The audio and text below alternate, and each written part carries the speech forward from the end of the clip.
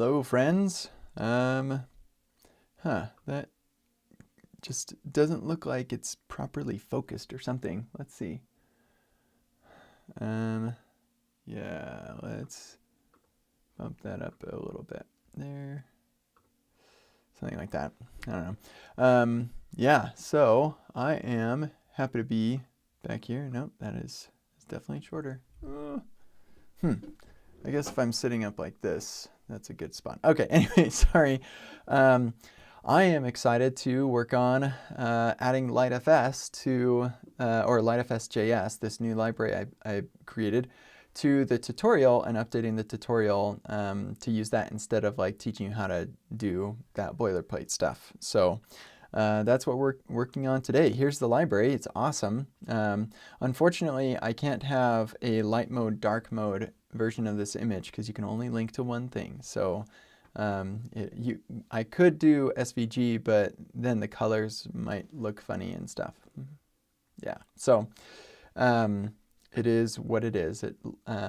I opted for light mode. So anyway, yeah, so this is a pretty sweet project. It already has an issue, so people care. There are 50 stars, so that's exciting. And yeah, I'm just gonna open up the, let's see, it is the Node SQLite Fly tutorial up here. And this changes things a fair bit. So we got our staging, now we've got litefs, console, and I think even console, yeah, we don't have our fly. So it's just multi-region and transactional consistency. So that's nice. So let's start in step 11 and npm install litefs-js. And then this gets deleted. Yep, that heads to trash. I kind of feel like, yeah, I started working on or playing around with this locally. But not in this project. I think it was in the counter app. Okay, anyway, so this is going to come from litefs-js, HTTP. So we've got ensure primary has the same API. And I think that's all that this one does, is it just makes sure that you don't hit the non-primary. Oh, right, also the start script. This, here, let's delete. Nope, we don't have that. Okay, litefs-js.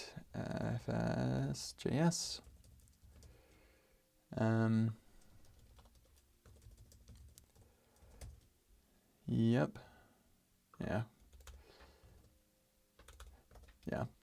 It's the same. It's just re-exported. That seems wrong actually. Hold on a second. So HTTP.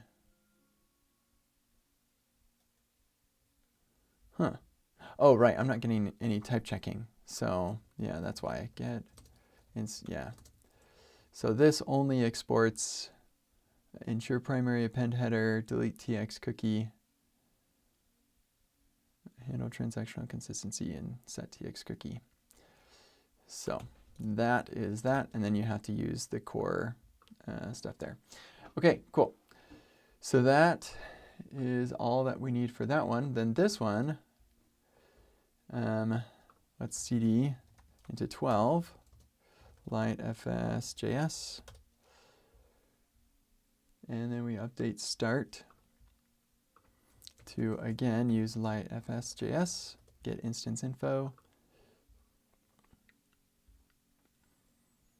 and then index, this should come from litefs-js HTTP. Boom, baby. Yeah, and the API is unchanged, so that works out swimmingly. And this is replayed.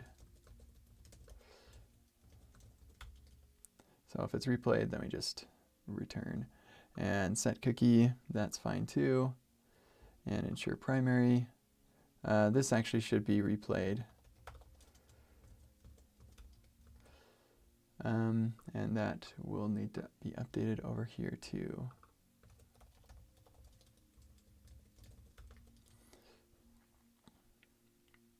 Cool.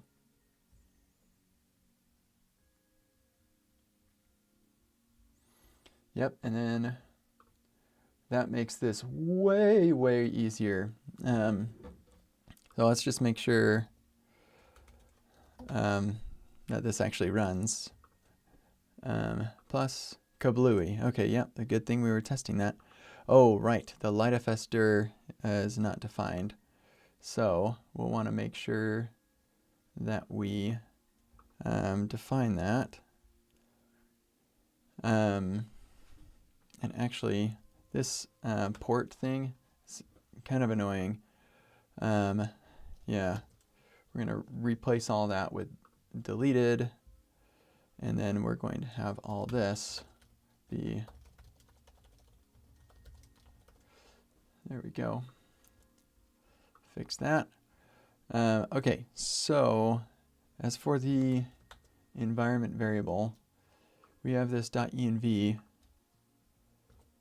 and that is read for us, so that's nice. So that way we can set the litefs-dir to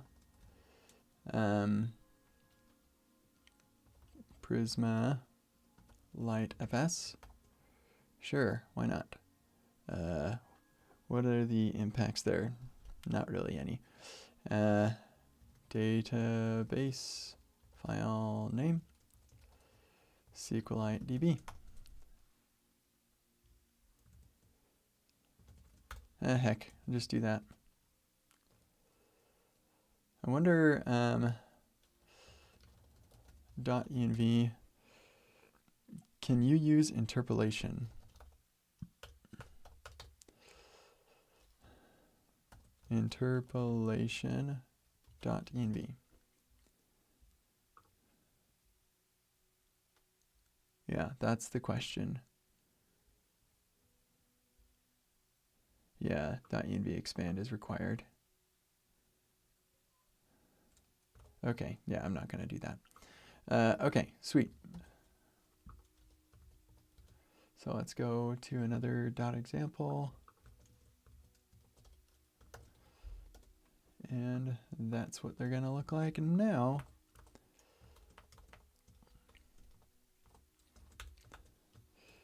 Okay, so now, oh, right, that's another thing I need to do.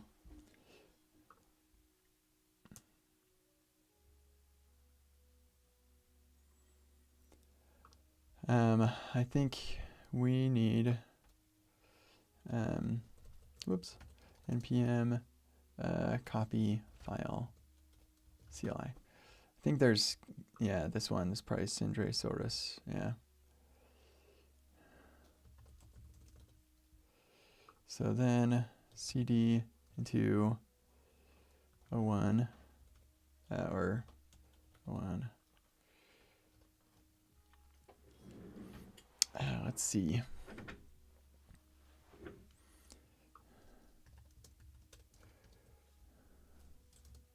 Oops. Stick that there. Get rid of those. And then we have node SQLite fly tutorial steps and npm install copy CLI. Yep. There are easier ways to do this, I am certain, but, or maybe more optimal ways to do this, but I'm just going to be okay with this. See? Nice and quick. And now we have copy CLI in our dev dependencies, so I can have this be however that's going to work. Copy source destination cpy.env example to .env. Okay. You gotta be kidding. Good grief. It's so annoying to me how long some of those extensions take. They're just like, I don't know what I'm doing.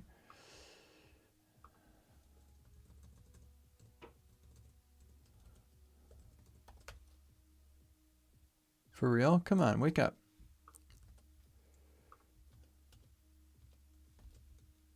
What the devil? Okay, something is not going well. Wake up. Do the little thing. Okay. Reload. Thank you. And then we stick this there, and we do a replace. Okay, so now when we run setup, we make sure that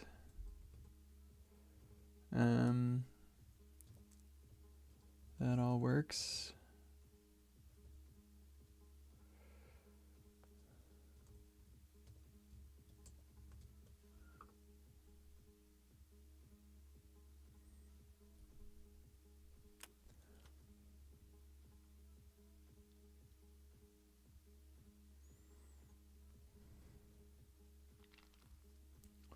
Oh, let's double check. Multi-region also updates to have these environment variables. Yeah, transactional consistency is the one that needs the database name, file name. There it is. Sweet. That's exactly what we need. Okay.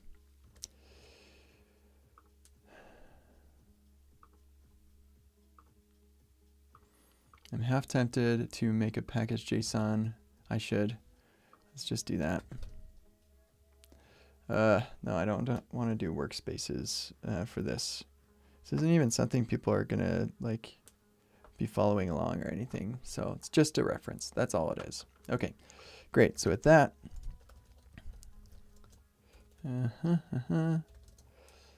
use litefs-js. What was deleted? Oh, right, the fly ts. Haha, that's beautiful. Okay, so what this means is I need to review. Here, let's first check it off that I finished that. If you're all not in centered, I don't know how you stay productive. This thing is awesome. Dun, dun, dun, dun. We got group chat. What's going on?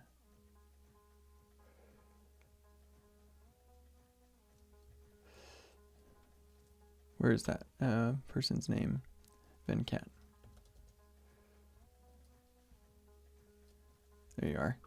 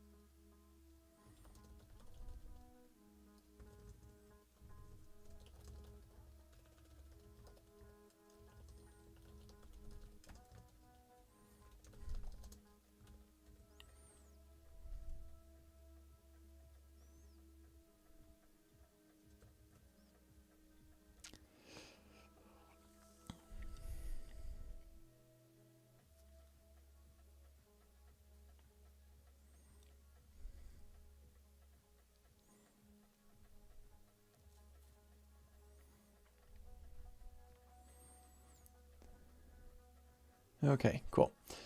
Now I got to re-record videos. So let's look at that.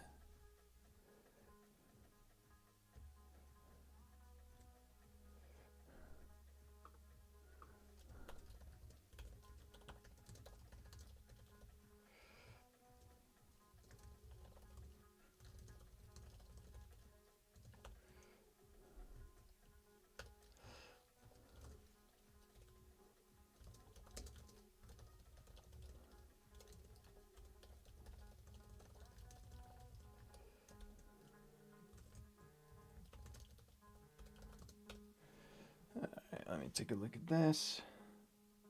Am I going to get in trouble? No, it apparently is okay with me looking at notifications. So that's okay, I guess. Oh, I forgot to do that. I need to do that. Yeah, where is that? Oh, whoops. And now it's mad because I turned my phone off. Here we go. My phone just sits here on a charger, so it's good. Yeah, I need to do one thing I just checked off having done, but I have not done it, and I'll forget about it if I don't. So,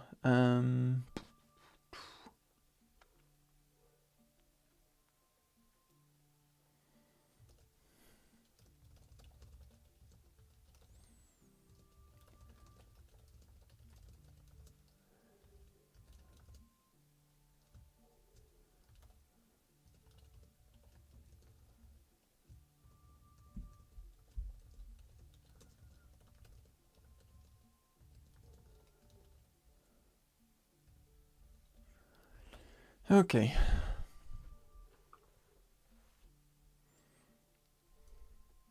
I did work out a workaround. You can check recent commits to can'tseedots.com to see what I did.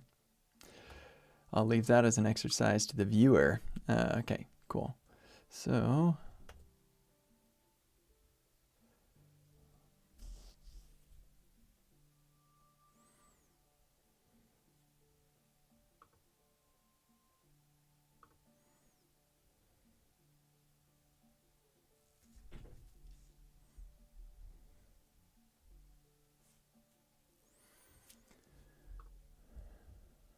okay, let's take a look at the counter app. Actually, counter app. Here we go. Here we go. Here we go again. All right, and this, I installed the file thing, but whoops.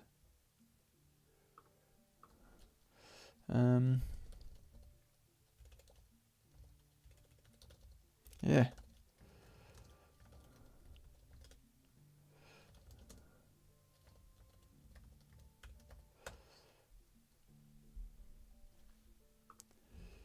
Cool. Now that works. Dun, dun, dun, dun. Sweet.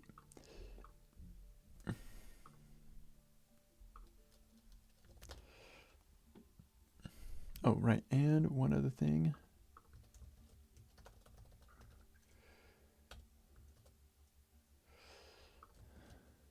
And also this.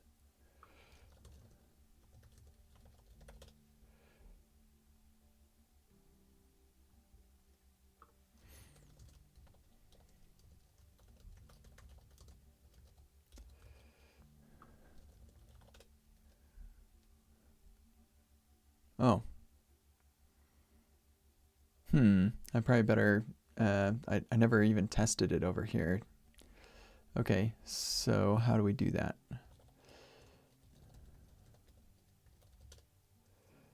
Cannot copy, cannot create directory. Oh. I seem to remember that this was not as intuitive as I expected.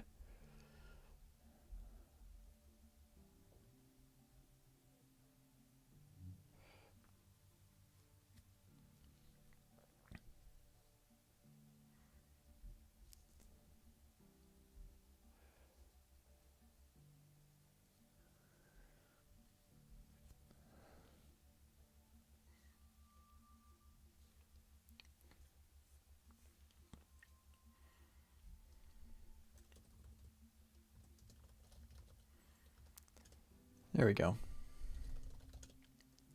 Okay, so that's what we need to do.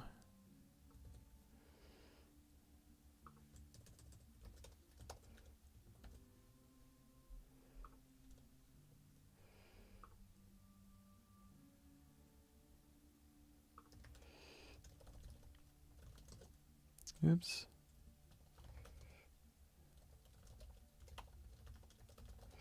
Update it to something that works. Okay. Let's make sure that runs.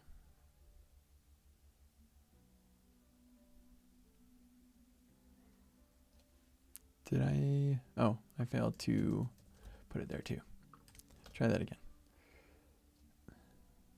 Okay, great.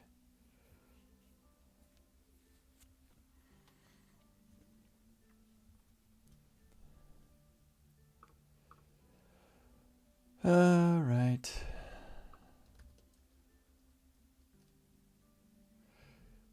Oh, you know what? I promised somebody that I would answer their question on the Call Kent podcast, and I failed to do that. So let me answer this question. Oh, yeah. Let's delete that.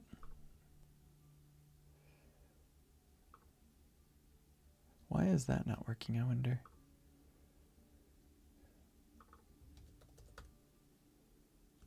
Huh.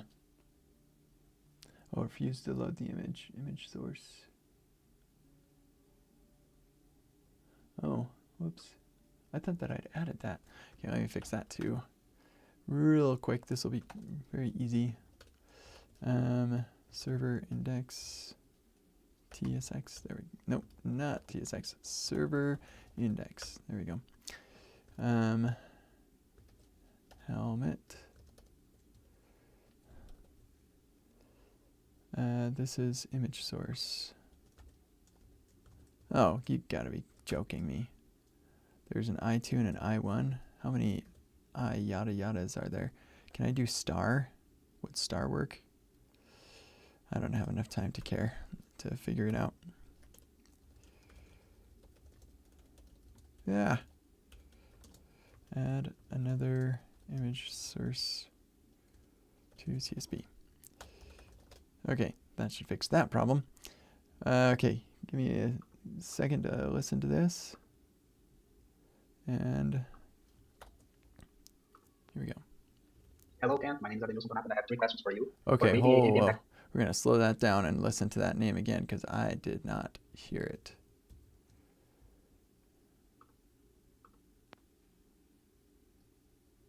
Hello, Ken. My name is Ademilson, and I have 3 questions. Ademilson. There we go. Hello, Ken. My name is Ademilson, and I have 3 questions for you. Okay. For creating a package, which stack do you prefer to use? When it comes to support, which one do you keep in mind, common JS, ES modules, or others? And are you someone who uses a template for new package, or do you like to start from scratch every time you need to create a new package? That's all from my side. Thank you in advance. Ademilson. Yep. Hello, Ademilson. Thank you so much for the question. So I actually just did this this morning. I released a package called litefs-js as part of the Fly organization because I don't want to be on the hook to maintain it in the long term. So they said they'd maintain it for me, and so that sounded great. Yeah, so I used to spin up a new library, like it seemed like all the time. I was running into problems that I wanted to solve myself, and I don't spin up new libraries as often, but when I was doing it before on a regular basis, I tried using generators, and I was never really satisfied with them because they were always doing things that I didn't want or didn't need or I didn't understand. And so I eventually created my own generator, and that's what I recommend to most people, to not use the generator that somebody else makes for you, but instead to make your own so that you can customize it to be exactly what you want. And in fact, if you look up generator KCD OSS on my GitHub, I'll link to it in the description, then you'll find that that is my project generator. I haven't touched it in quite a while, and I haven't actually used it in quite some time either. I think the last project I used it for was MDX Bundler.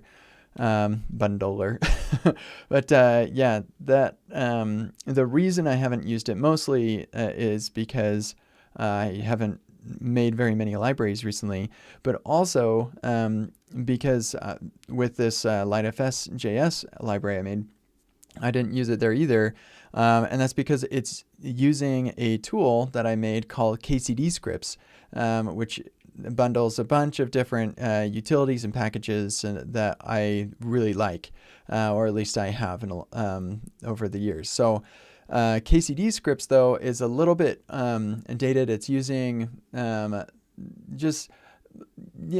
the biggest thing is that it's using Babel, and I don't really care to use Babel anymore. And KCD scripts is also pretty complicated for simple use cases.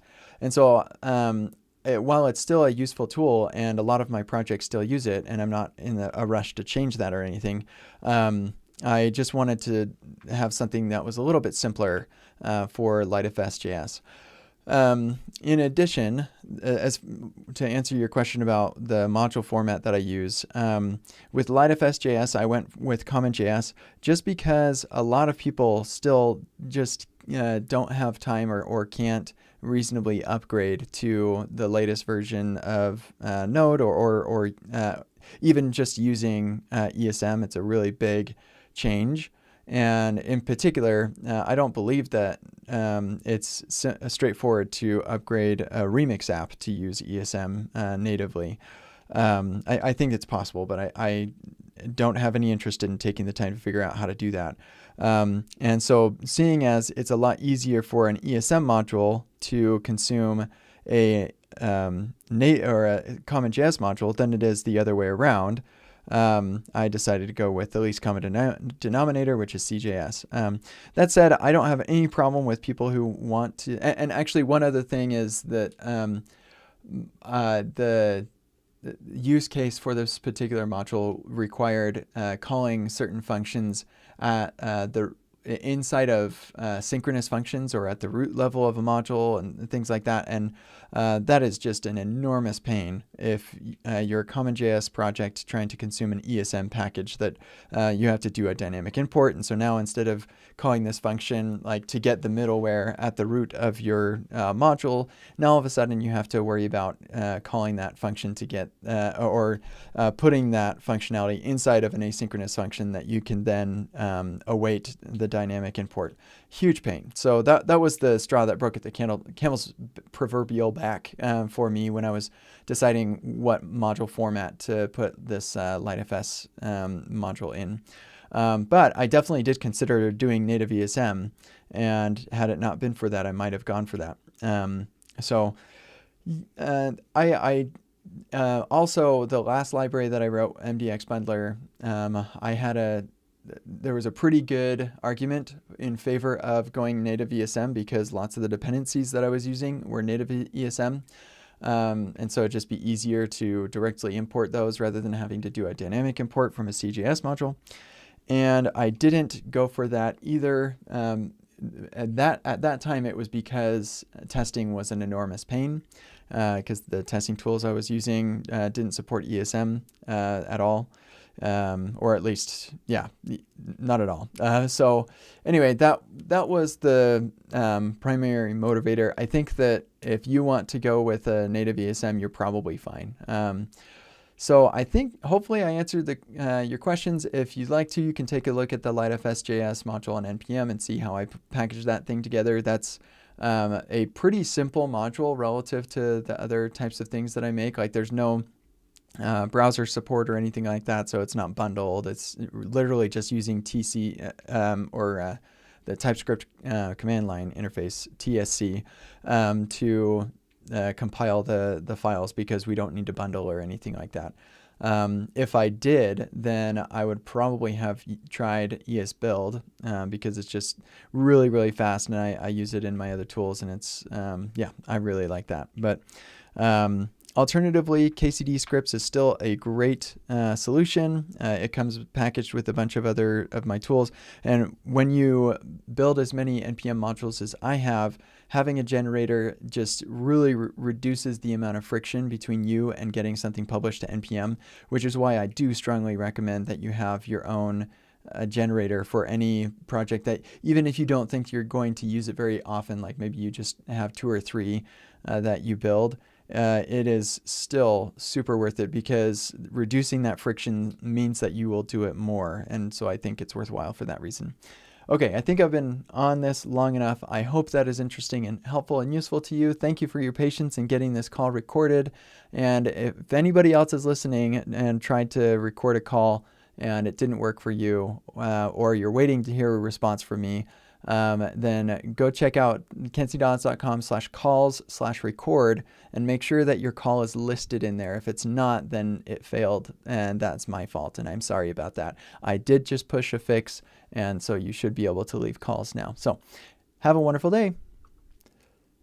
Boy, that was one of the longer ones.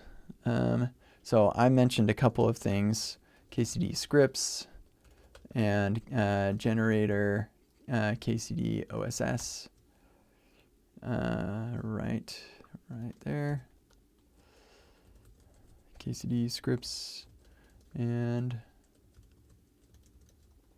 the generator.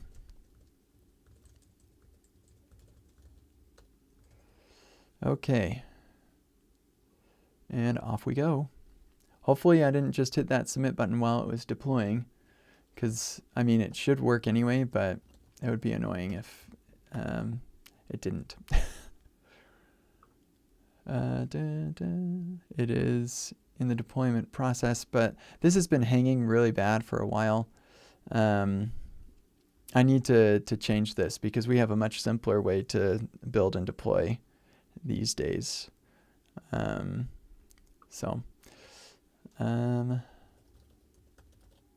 was kind of a long episode, so I'm not surprised that this is taking a while, but it is taking a while.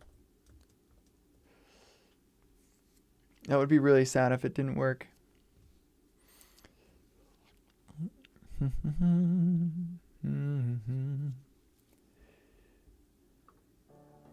Okay, well, we'll just let that happen. I guess I could pull up the logs.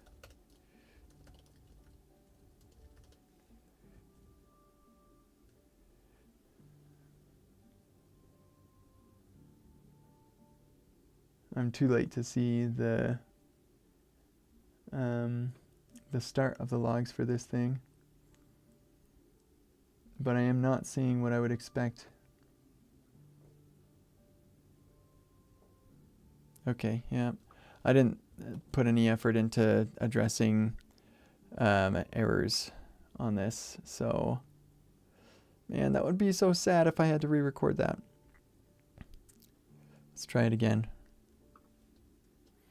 It looks like we're all up now, so we'll just hit it again, see what happens. Maybe I started it. Yeah, I see the logs. It is doing what it's supposed to. I'm guessing what happened is I started it and then it got pulled down. I don't have like some sort of queuing system or anything that can pick up where it left off, so it's not quite that sophisticated. If I productized this, then that's definitely what I would do. It looks like it finished creating the MP3 file, so now it's probably uploading. Yep, there we go.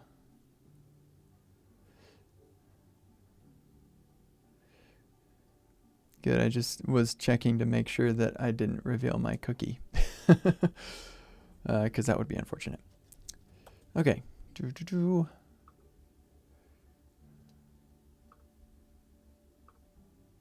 There it is. Beautiful. Okay, cool. Well, I did that. Check that off my list. We'll address the other calls at a future time.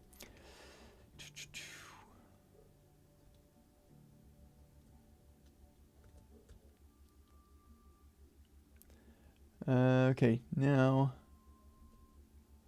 I should... Wow, where did all these emails come from? Oh my goodness.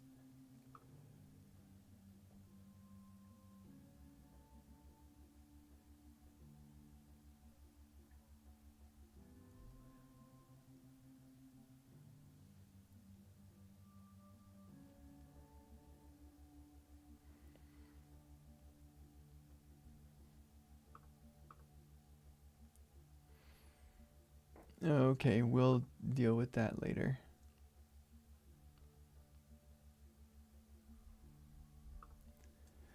Okay. So yeah, now what we need to do is evaluate which of the videos are good and which need updating.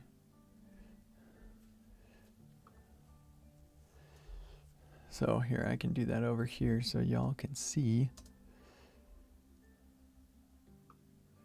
So this is, yeah, right there. we have the fly TS. Everything that has the fly TS needs to be done over again. Yeah, so starting with 12, all of those need to be done again, and except for the outro.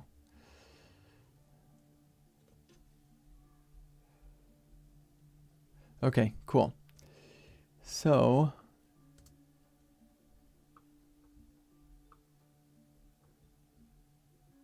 all of the other instances, you can learn a little bit. URL, show machines. Okay, memory node falls over. Okay, cool. So the question is, do I record these now, or do I work on something else while the kids are noisy? I kind of think I should work on something else. Yeah.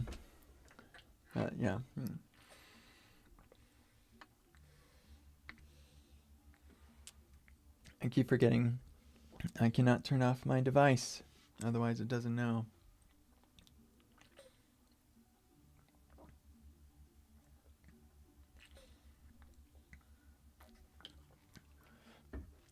Okay. Yeah, just give me 1 second till I hear kids out the window. I want to see what they're doing.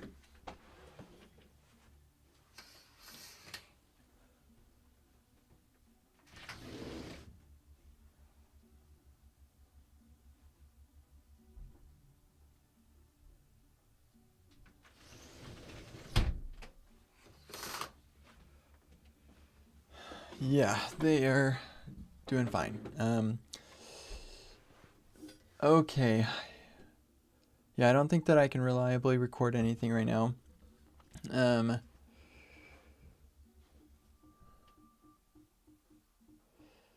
So,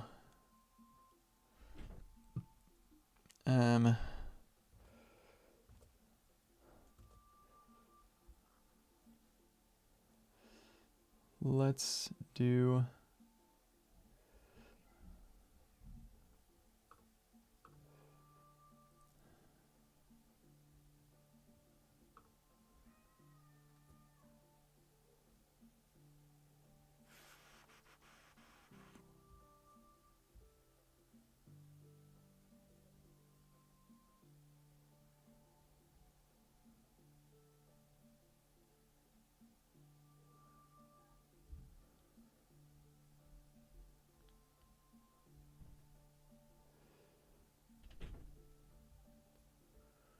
Yeah, okay. My email's just distracting me. I should get rid of that. And don't need the calendar. And the logs can go away also. Just moving distractions away.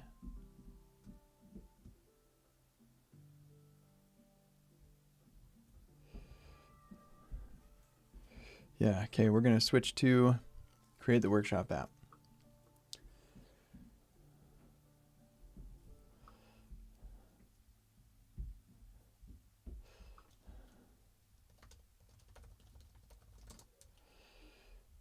And litefs-js.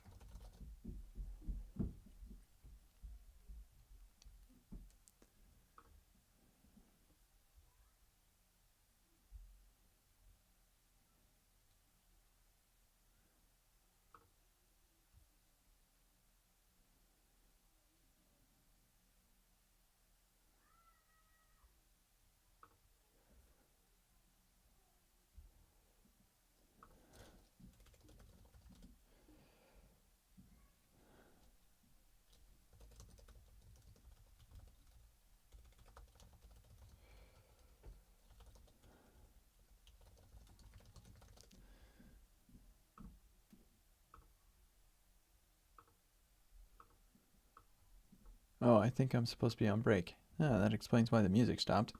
Okay, let me just close this, and then we'll take a break, and then this is Rocket Rental, isn't it? Yeah. Yeah, let's go to workshop, KCD shop. There we go. That's what I called it. Go to the KCD shop. and we will continue working on this. I had an idea today that's going to be really cool. Imagine EpicReact.dev. I just realized I think the exposure got changed somehow. So my face was really dark. That's a little better. Okay, yeah, so that is the wrong email. That's the right one. What the heck?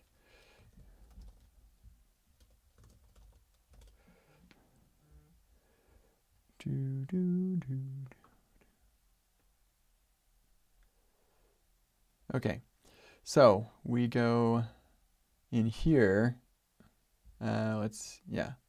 Just try this one. So you're sitting here, it's the moment you've all been waiting. You're watching it, and then it finishes recording, and then right in here, you are brought to React fundamentals.netlify.app. So let's see, creating custom components. So yeah, you finish watching the video, and then in the video's place, and maybe this would be not full screen, but like I thought we had a theater mode or something. But yeah, so we'd have the video be full screen all the way across, and in its place, you suddenly see this. That is the goal. That's what we would, what I think we can do, and it's going to be sweet. But it's not running on that URL. Instead, it's running from localhost. So if you aren't running the app, it would have instructions like, okay, now you got to run the app, and then you go run the app, and you say, okay, I'm running the app, and it'd be like reload, and now it's showing your local app in an iframe inside of the context of your learning environment. That, yeah, wouldn't that be sweet? So that's what we're going to work on when I come back from my break. See you in a sec.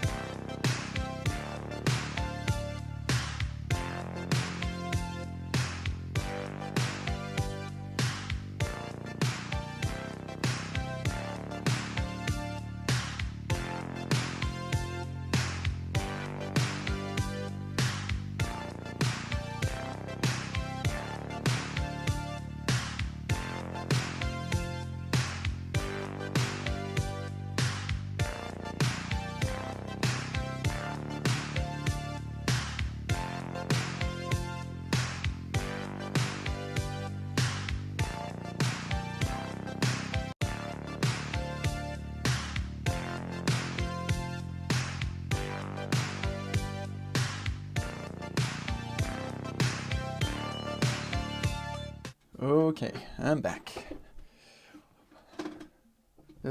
Check out my shirt. It says Hoyd for president.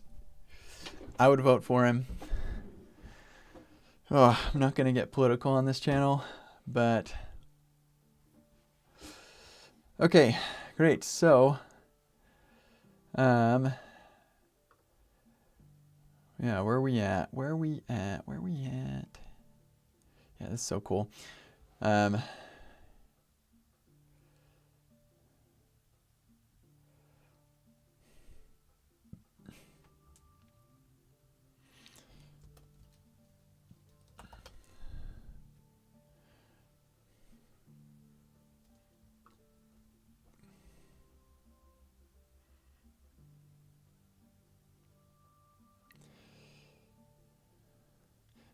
Yes, I think one of the things I need to do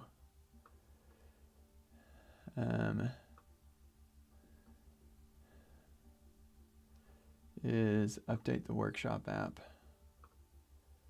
to, did I already do this? I did, that's right, I did. Okay, good. I was just gonna say,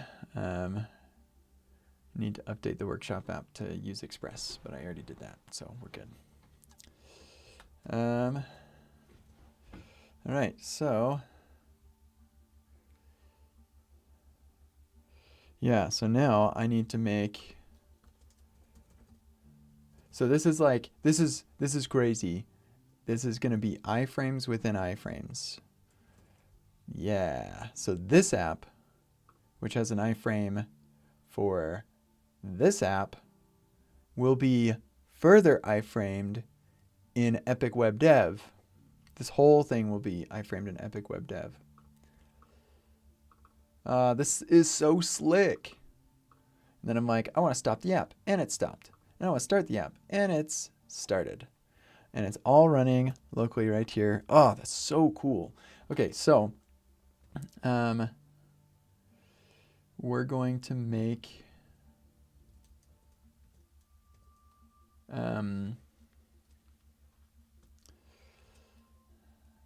another package.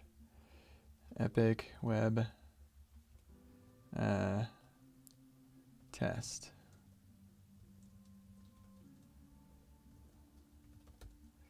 That's what we're going to call it. Okay. So cd into packages and into EpicWeb test. Nope, that's, dang it.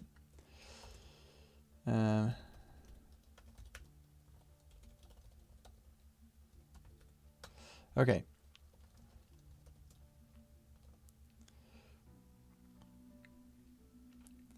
This just needs to be a pretty simple HTTP server app. Like, I don't need much in this.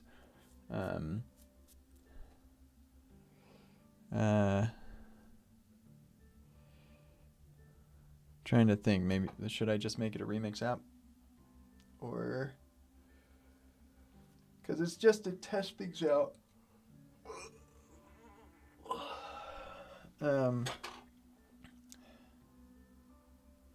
Or maybe it's a React component that I publish as part of the workshop app. Maybe it's just another component.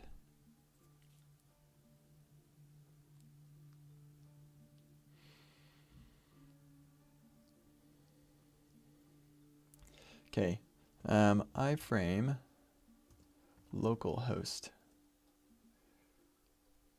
Can you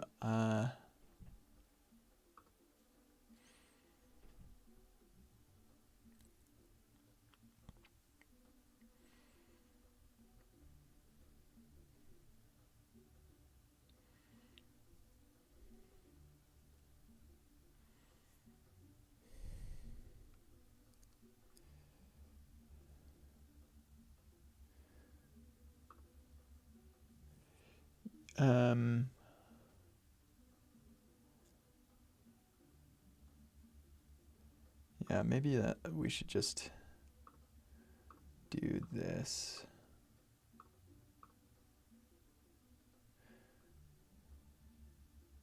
No. That was a good idea. I should have done that.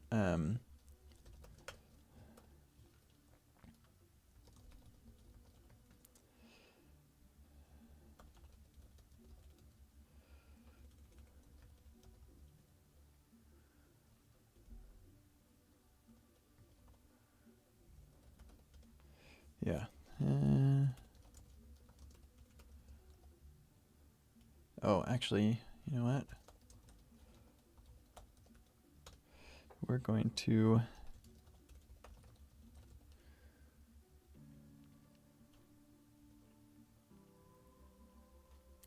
I feel extremely thirsty.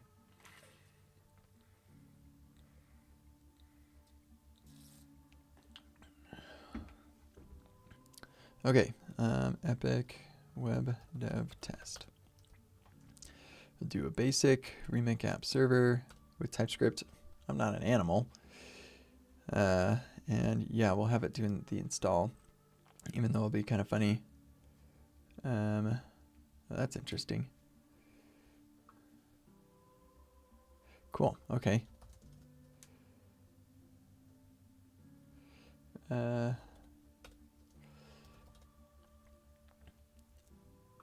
Here we go.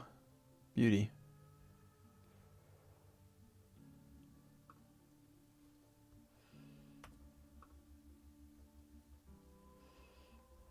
Ryan wrote this one and then I rewrote it. And I wrote this one over a weekend. The entire thing was like over the course of 2 days, over a weekend before 1.0. It was crazy. It was so cool. Look at that. That's even cool. Like, yeah. I was really proud of this. I am really proud of this. It's a very awesome and thorough tutorial. Long, short. Yeah, that's apt. Okay, cool. So now all I need to do is see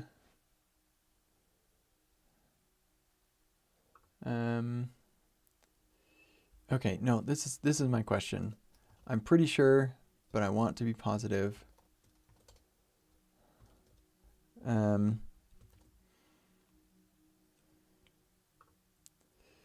We're gonna do port is 4444. And then yeah.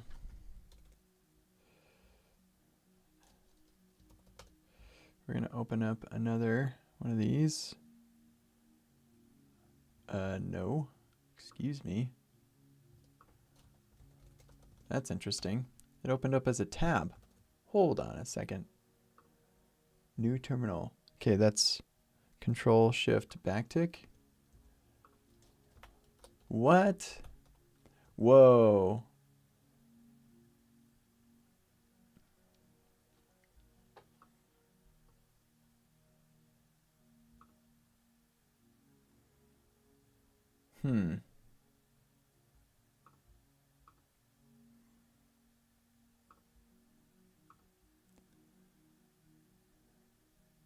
Pin, huh? I've not ever seen that.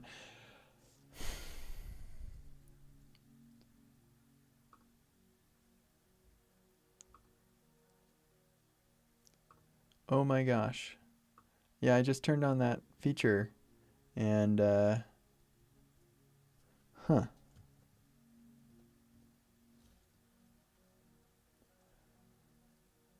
trying to decide if I don't like this or not. All right, let's give it a whirl. I think I love it. So long as I don't need to see the output while I'm doing other things. No, I think I don't love it. I changed my mind. I don't know. We're going to leave it for just a little bit, just to see. Okay, but the thing that I really want to know is, can I, and I'll do start app here, if I go to React Fundamentals.Netlify app and we go to one of these, and this is an iframe, and I go here, can I put in localhost from an HTTPS domain?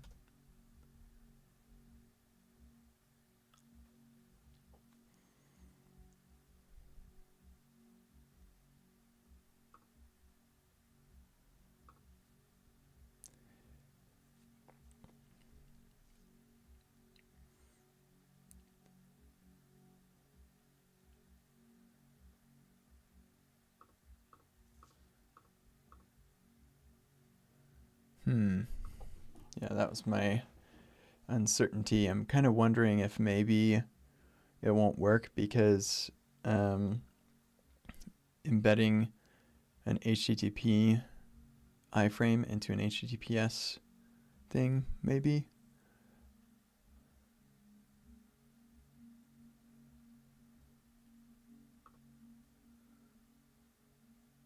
It says blocked. Is that going to tell me? Blocked other. I wonder if it would work elsewhere.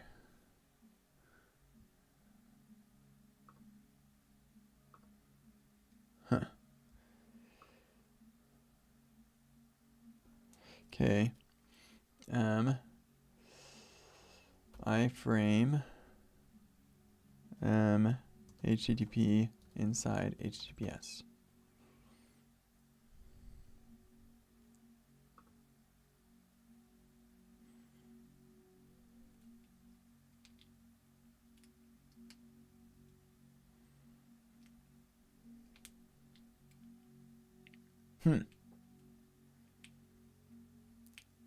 Okay, so if I build a proxy,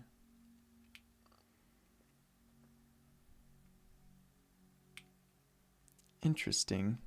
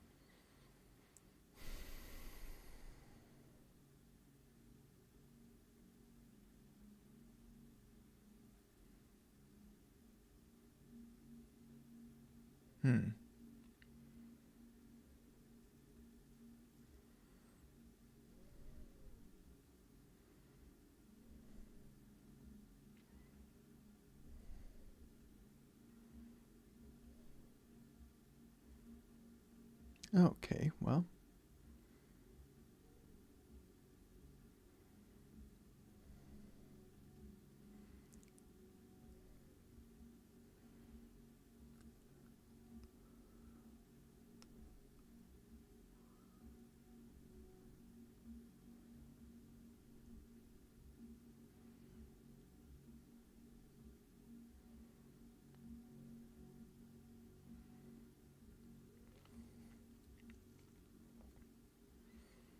So it definitely sounds like this will be possible.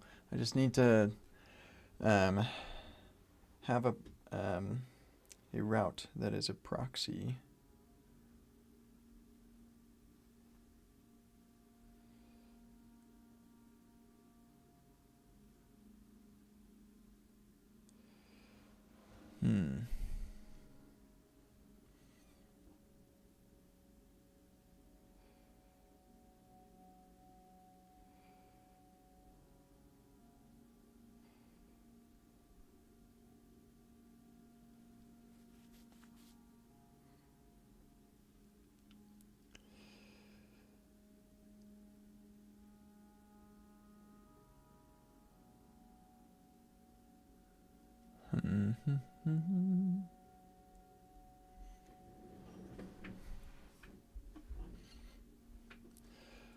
I'm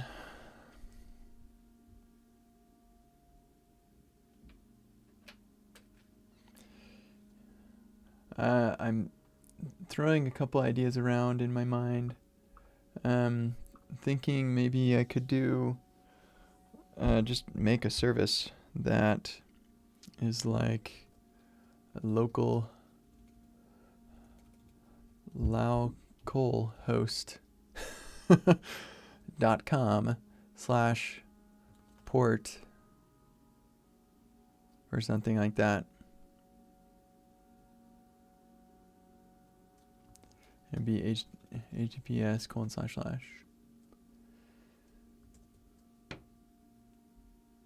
and that just proxies localhost. Trying to think about the security implications, like what they could do. I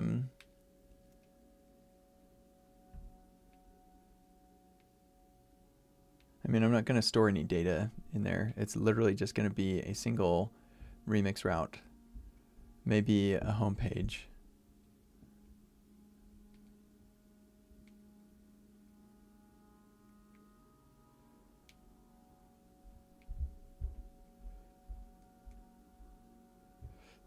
Yeah, and then it'd be a splat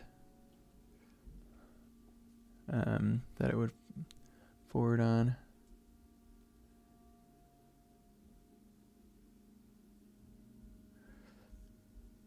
Yeah. Localhost. That's not terrible. Localhost. I'm sure localhost is taken. This is where I do my domains. I want my name. Of course, I could probably just do this host this for free on Netlify. It'd just be like localhost.netlify.app. If I use the Netlify adapter for Remix, that would work. That way I don't have to buy a domain. That'd be nice.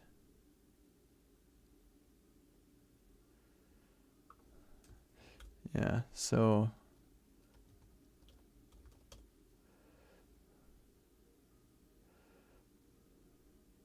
localhost me. Yep, I love it. Do I really want to spend money on it? Let's build it first. One of you go ahead and buy it if you want. I'm not in the business of spending money on something that I am not actually going to use. Or I may not use. Okay. So this requires an HTTP proxy app. So we're going to do this. This is going to be part of the KCD shop. It's all part of one big family here. So npx create remix.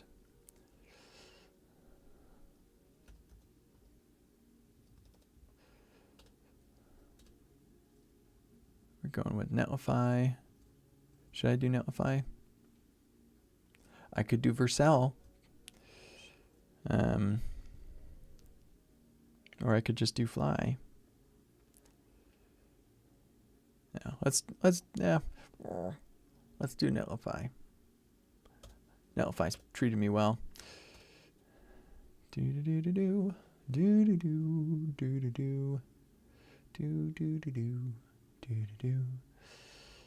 Okay. And localhost.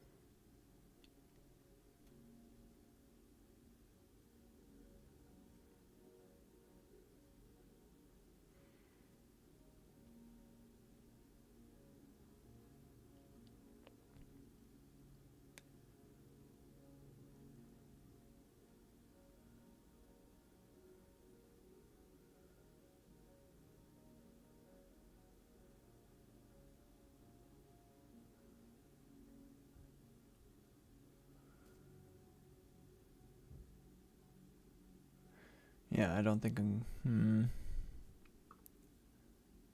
I guess I have to.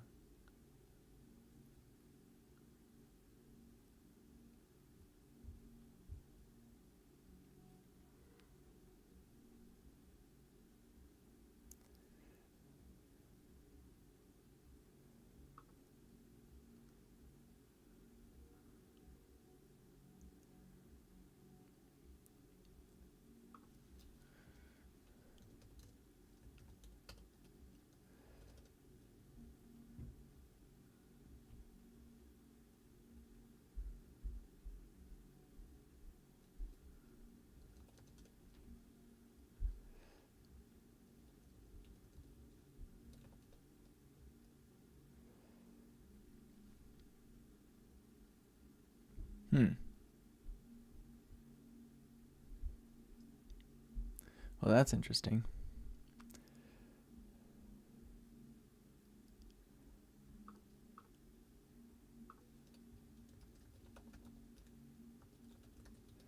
Is that gonna fix it?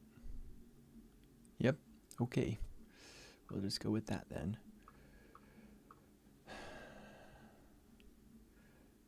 Okay, yeah, but to get the dev script to work,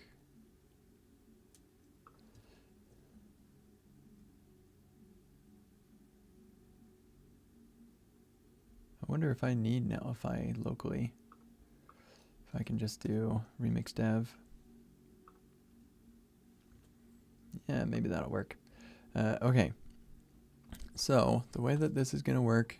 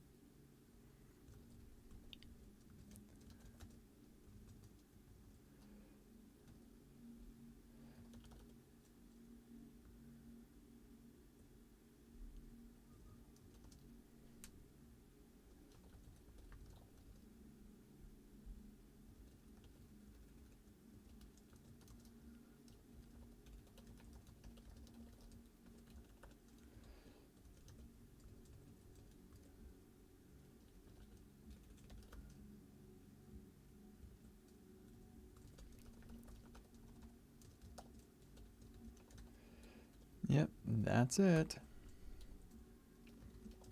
This was built so Kent could proxy people's local environment from within EpicWeb.dev.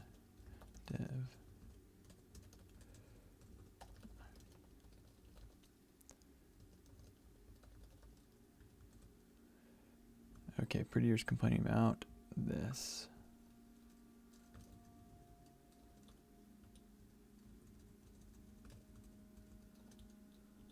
Try that. There we go. Okay. Let's do this.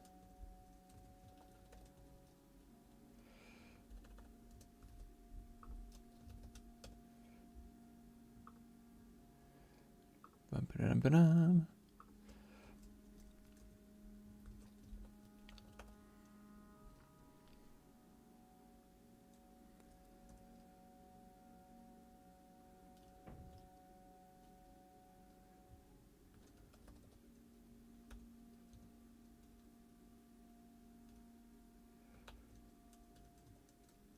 Now, can I do this?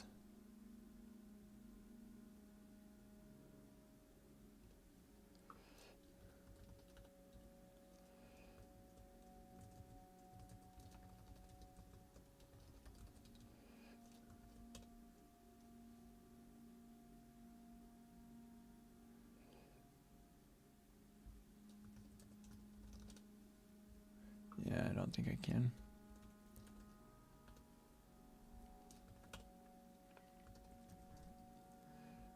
Okay, so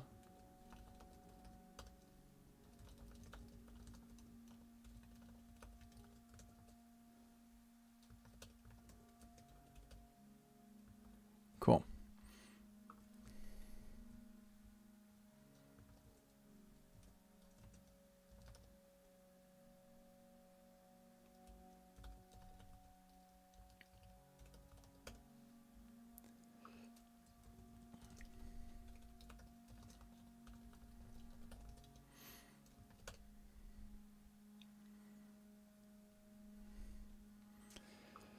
Great. So now we just turn that into the localhost URL.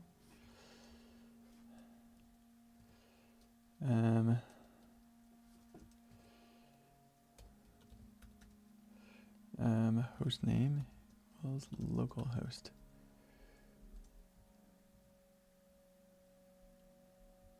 That's actually it.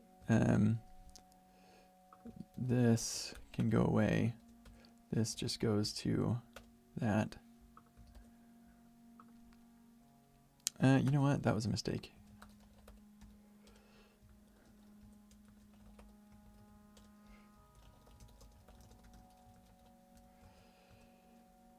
Because we want the port param.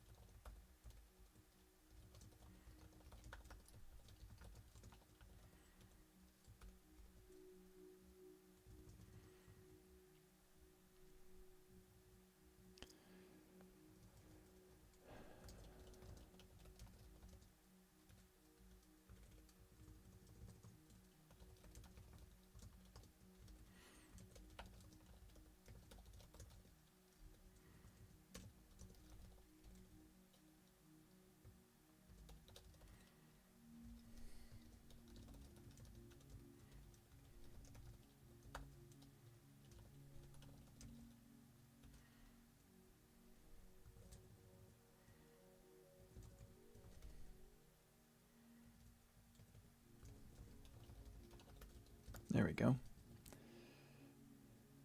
So we can at least do a little bit of port validation. Who knows if that range is great or not, but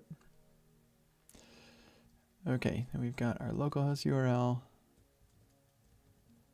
hostname localhost, port.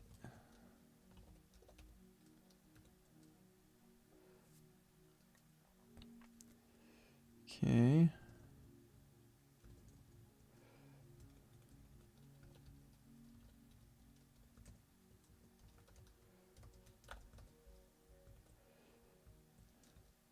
Oh, now that's interesting.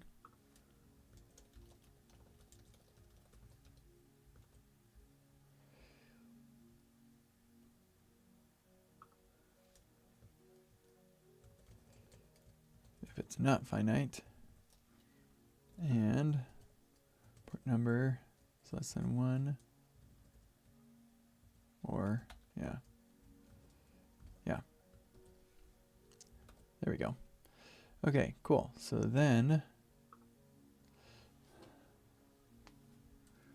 we return fetch.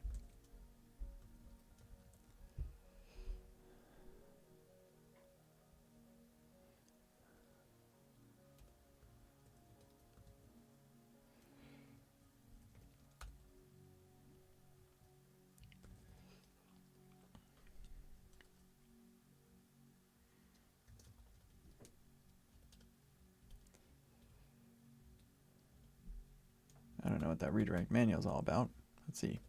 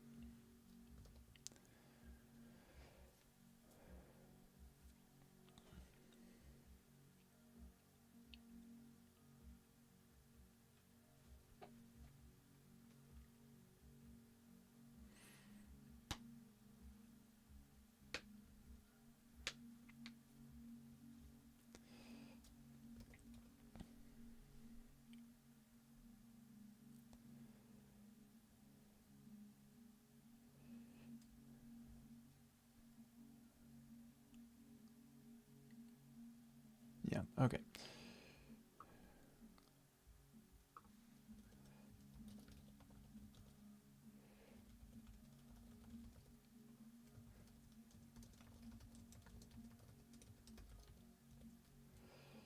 I think we can move all of this down here.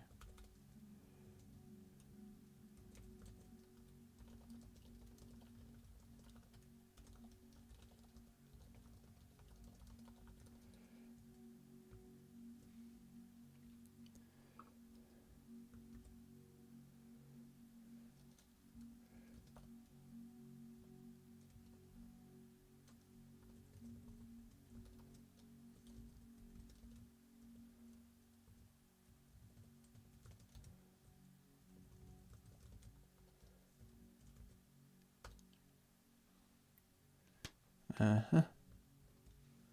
Interesting.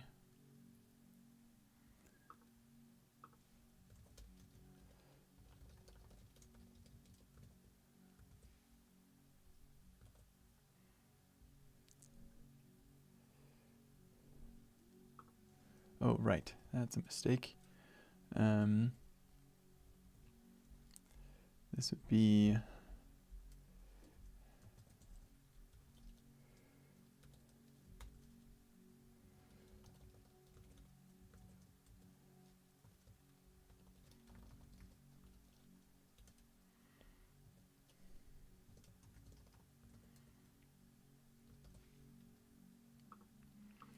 Yep. Oh my gosh. Okay, so clearly some things are not loading properly. Yeah, okay. Kind of wondered about that.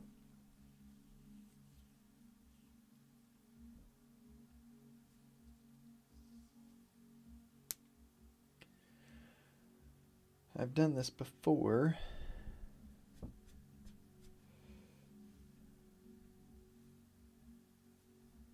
And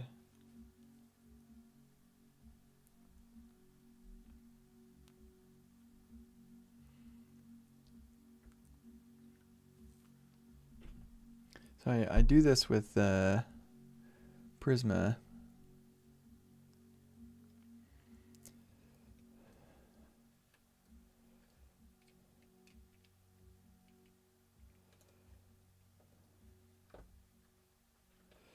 And somebody did this to my website, actually. Proxied my website.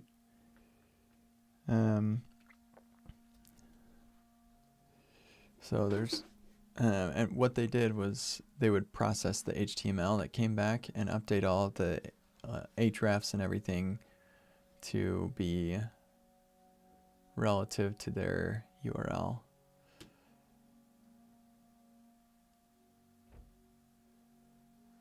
So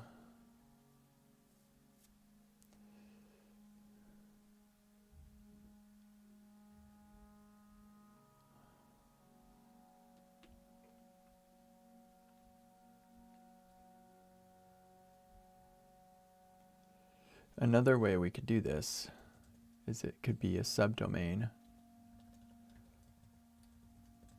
So it'd be like that.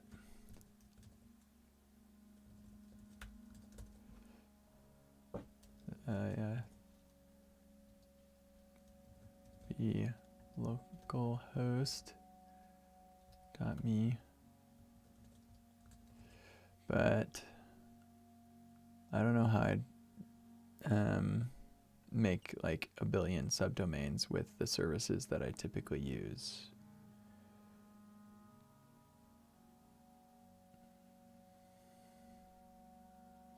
So we're not going to go with that, although that would be a pretty elegant solution to this problem.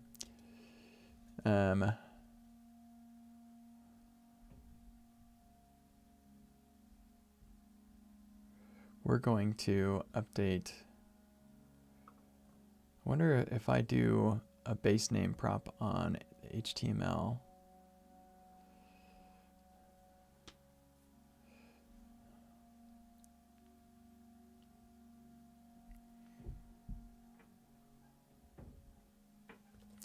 HTML.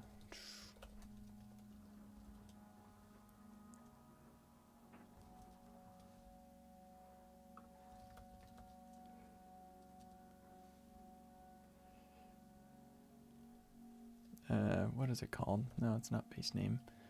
It's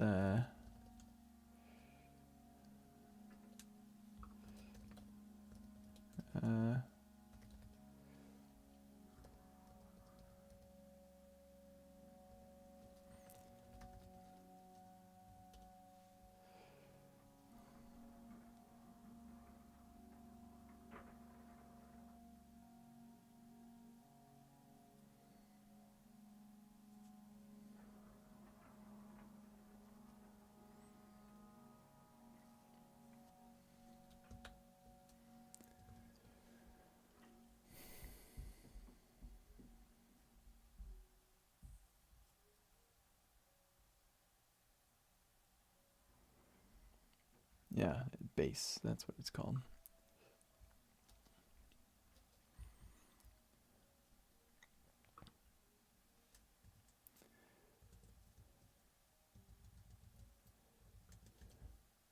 So then the loader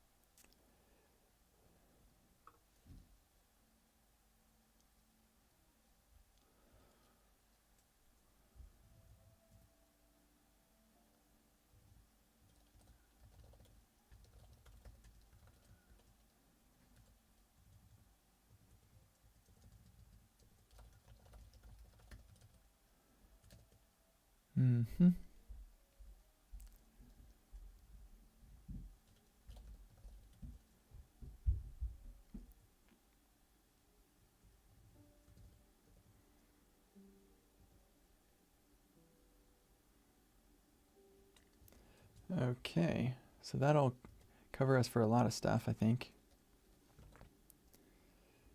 Content decoding failed. Well, that is the mystery we'll have to figure out after the break. See you in a sec.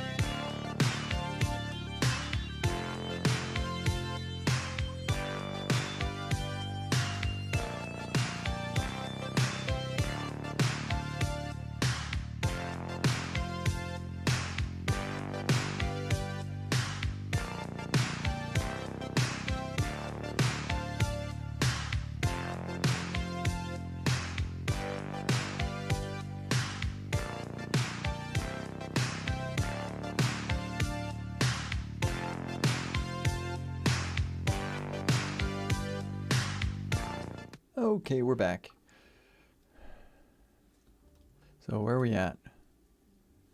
Error decoding failed. Huh. View source doesn't even work.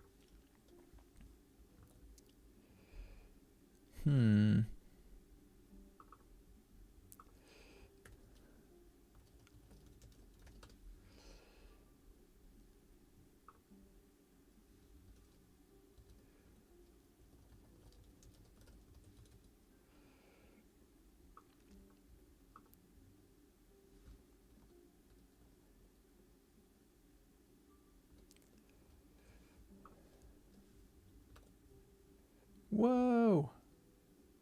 Huh. That is unexpected.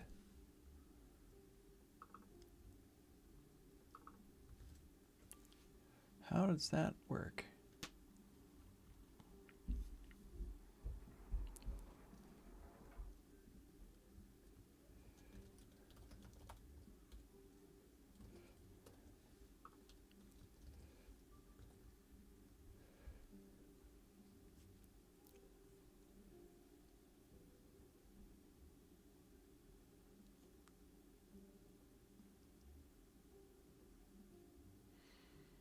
I wonder.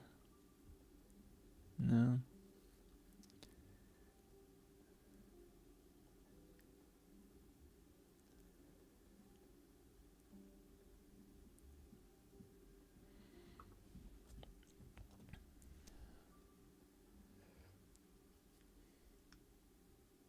Well, that's super weird.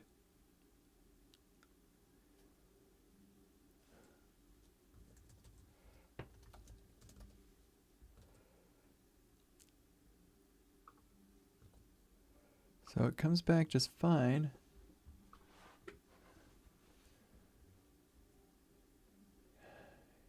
Transfer encoding chunked. Okay. Oh, hold on. Yeah.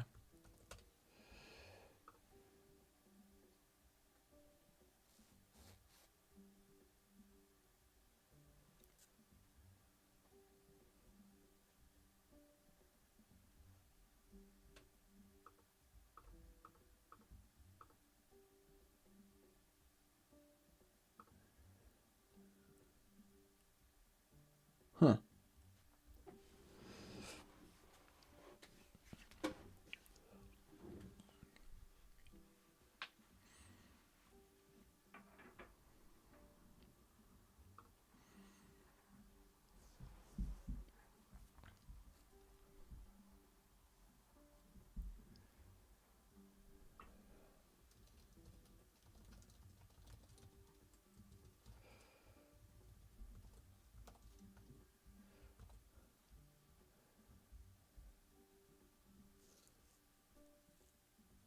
Why in the world would I get anything but HTML when going to this URL?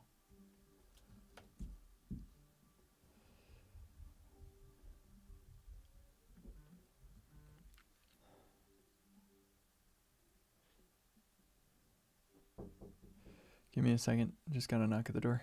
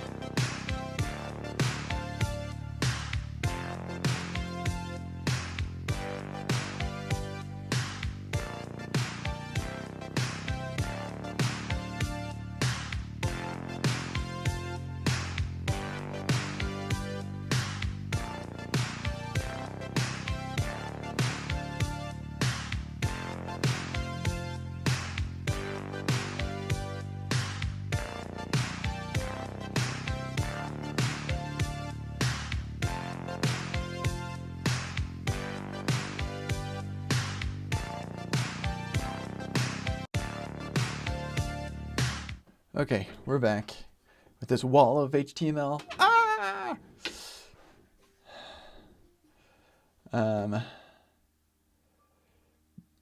But when I proxy it, if I do a fetch request, then I don't get that HTML, and I don't understand why.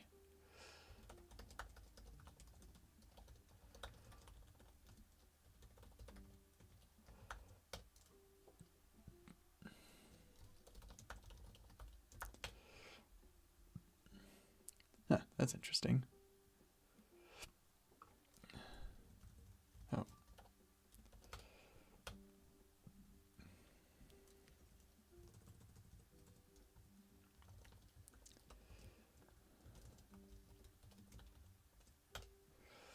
Uh-huh. It looks fine in here.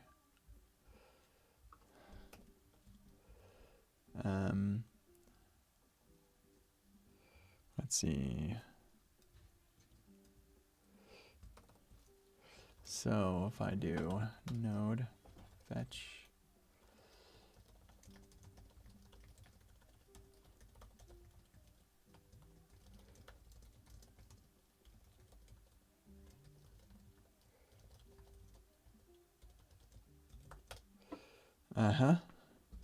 so what is going on so strangely in here? The URL is that. Here, let's make sure.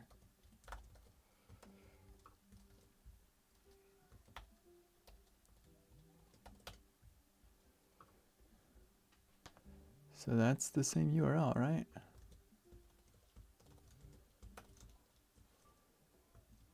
Oops.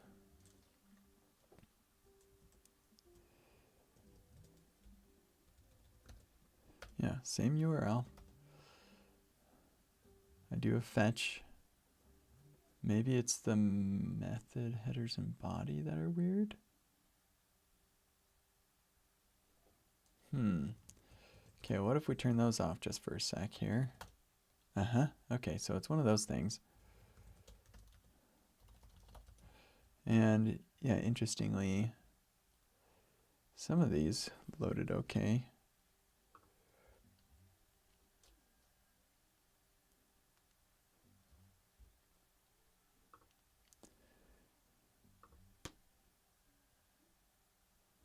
But others did not, and I wonder what the difference is.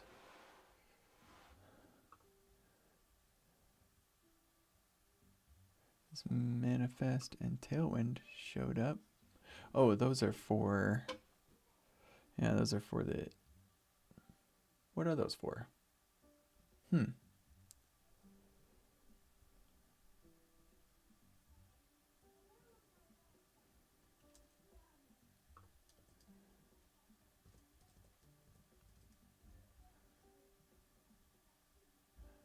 Oh, that's for the iframe down here.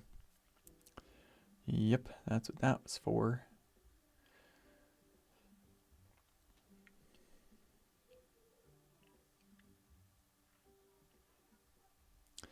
Now it just occurs to me,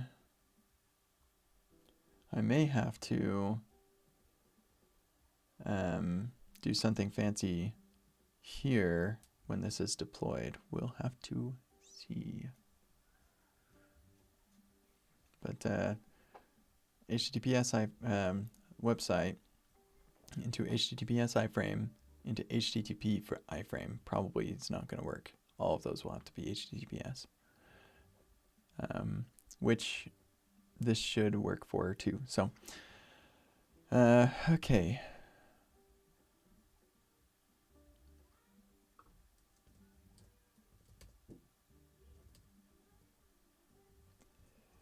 Yep, so there's the iframe. And all of these come there. Yep, that's what's going on with that. Okay, so this base attribute, base, I'm all about that base.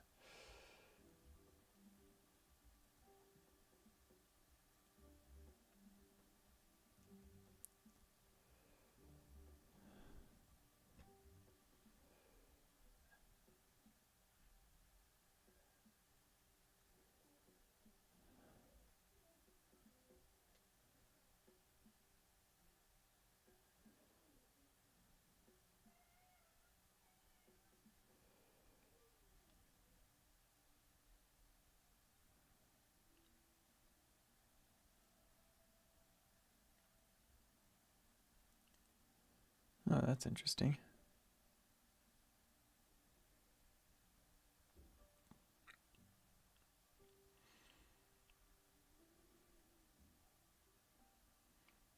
Huh. I did not know about that property value. I actually might use that. Yeah, because if you're looking at this inside of an iframe, I think I'd want that to, well, I probably want that to open in a new tab. Certainly wouldn't want it opening within the iframe, I think. Okay, well, base is only going to work for relative paths. So what that means is rewrite HTML attributes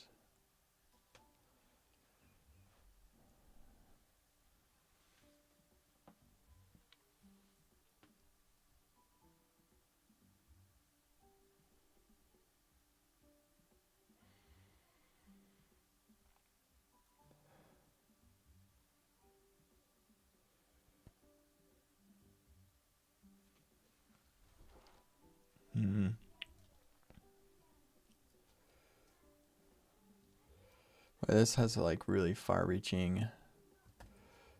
Okay, proxy, HTTPS. See, the challenge is that it's like a real pain to run HTTPS locally. I don't think that there's a way to do that just with a tool.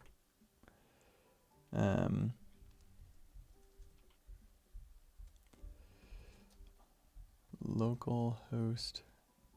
And I don't want people to have to set up a bunch of complicated stuff to get HTTPS working locally.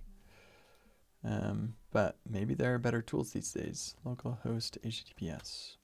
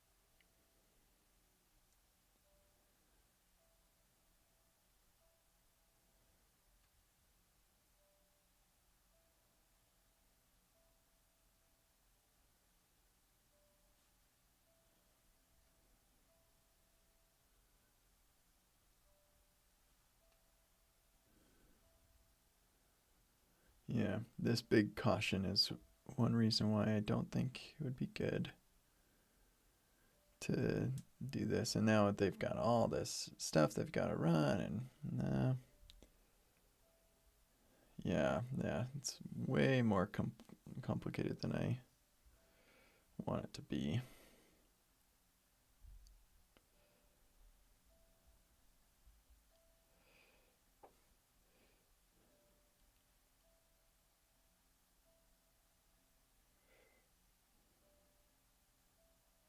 Suppose I could use ngrok.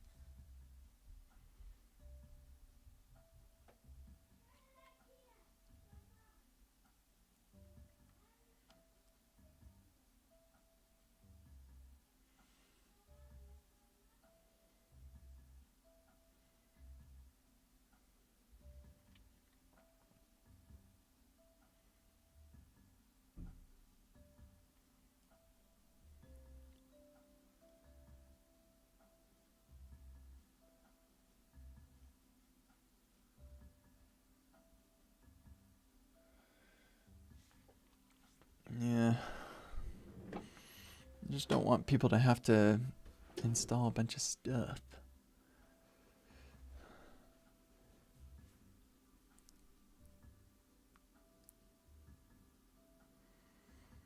This has got a nice free tier that would be enough for what we're doing.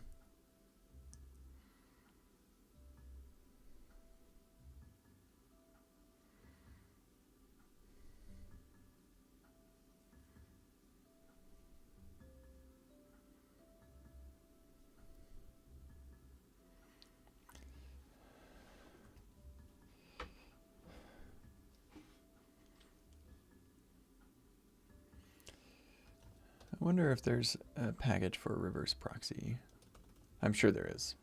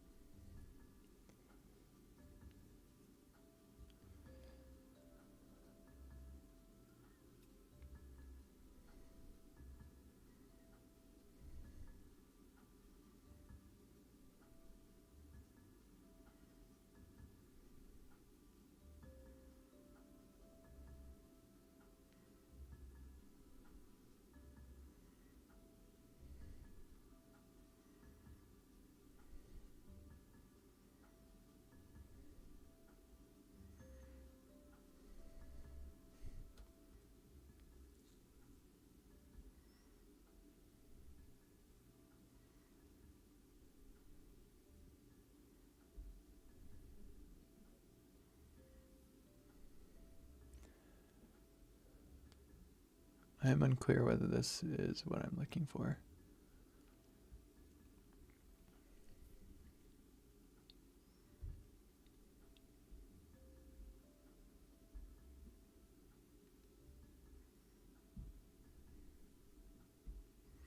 It seems that way. Man, the way we used to write code before Prettier was a disaster.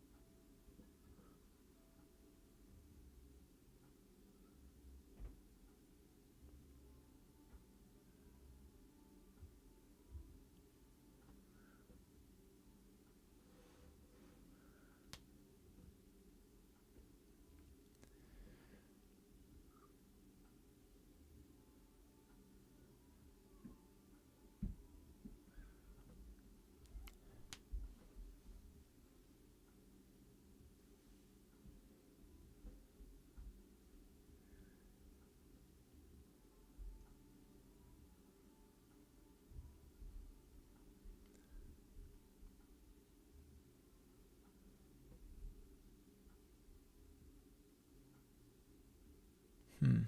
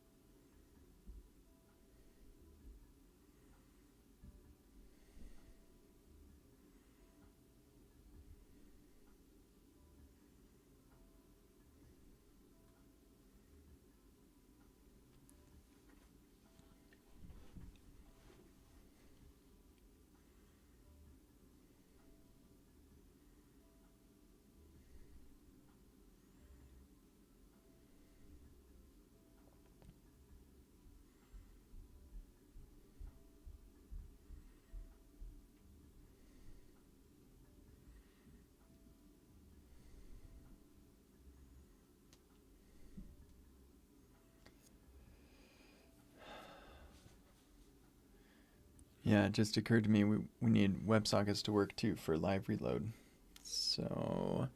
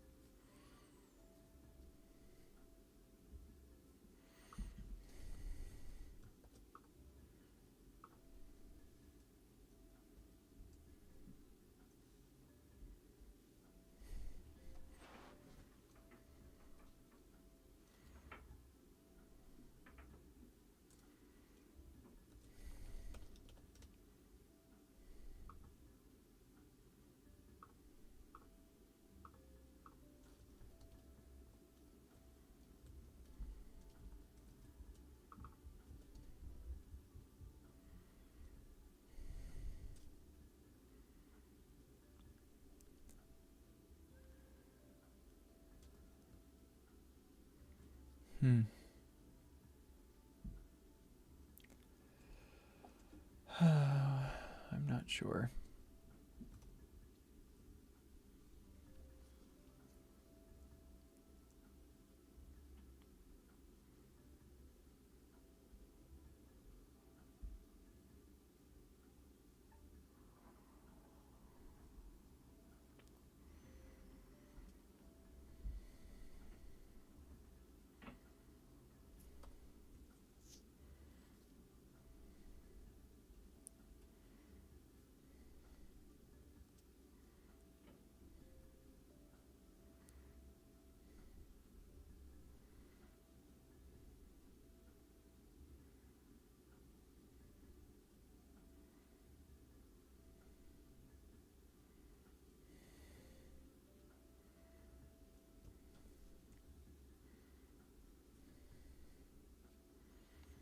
Yeah, I've used this thing before, and it was part of the memory leak issue that I had on my site, so no thanks.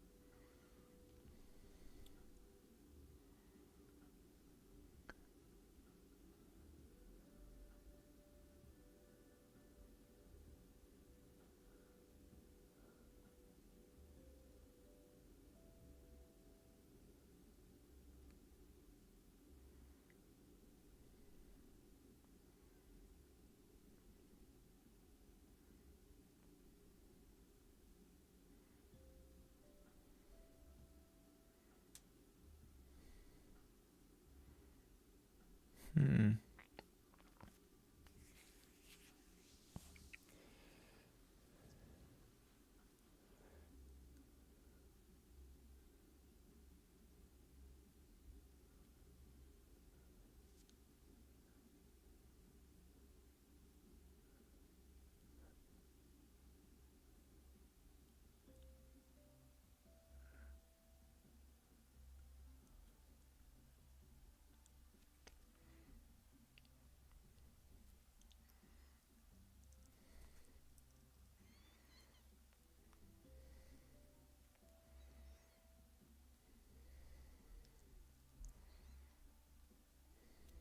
Hmm.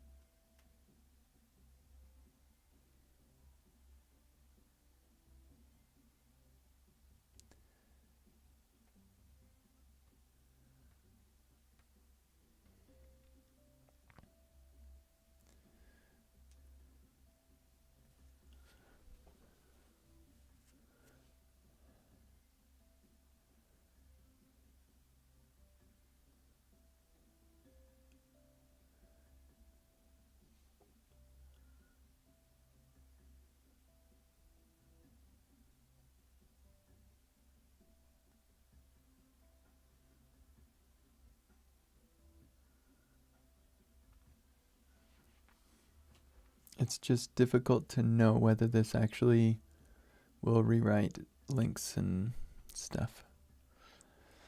I guess I'll just have to try them out. So we're gonna do this.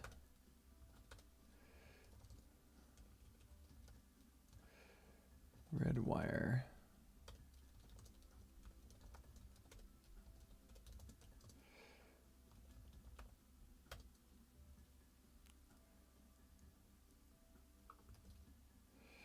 Um,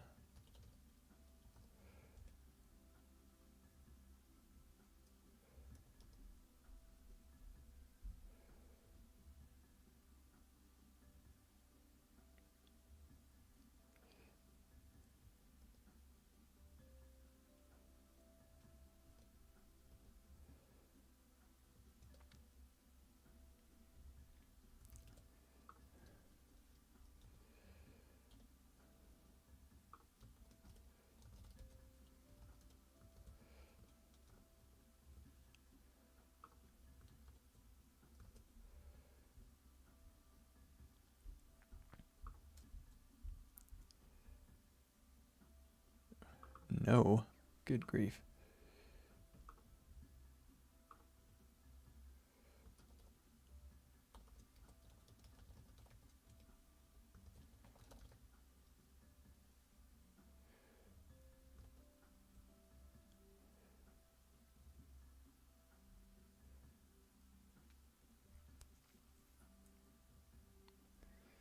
I'm gonna guess this was a CoffeeScript developer.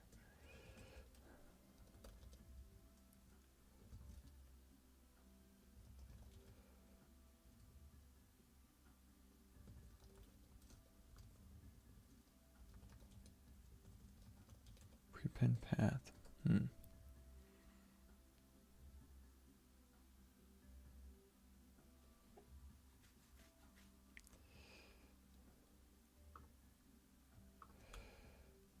All right, let's go back to the simpler use case here.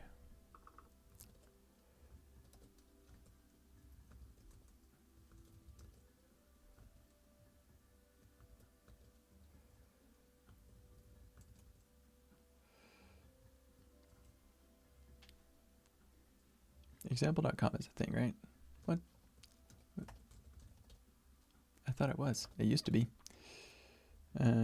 Okay, so we're gonna go.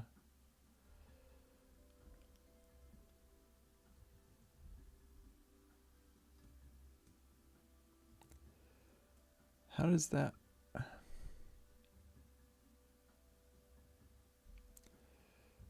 I don't get it. That's not gonna.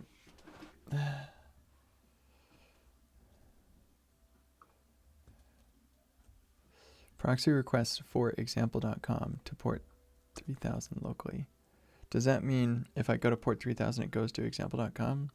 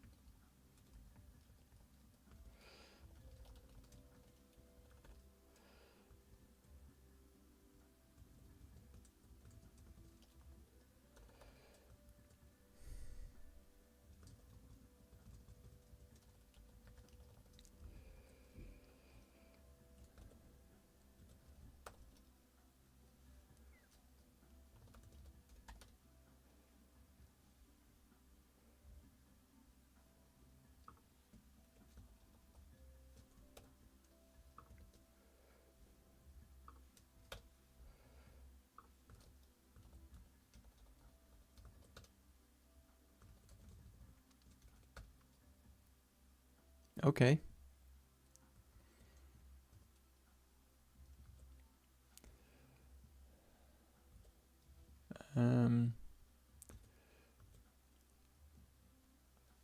Looks like the dev server WebSocket thing is not working.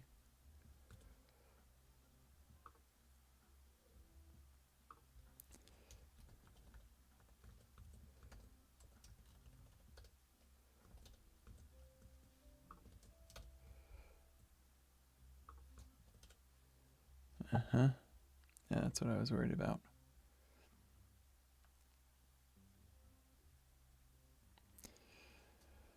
Yeah, so its server renders okay, but then when it hydrates, it's like, whoa, whoa, whoa, whoa, wait a second. We're at port 3000? Yeah. There's an issue about this.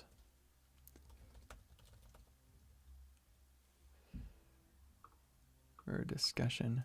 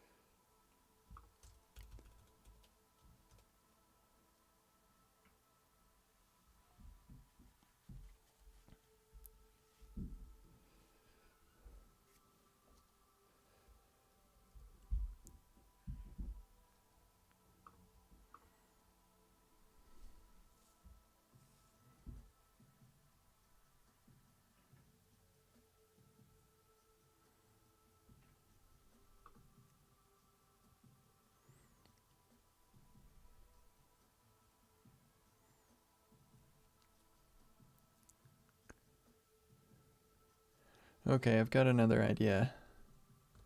I don't like this one as much, but I don't think it would actually be all that bad.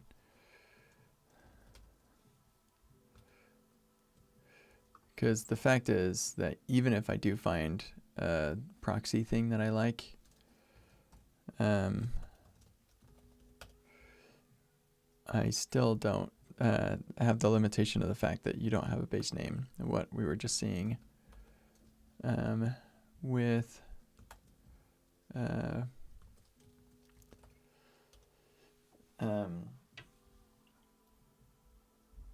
with that example.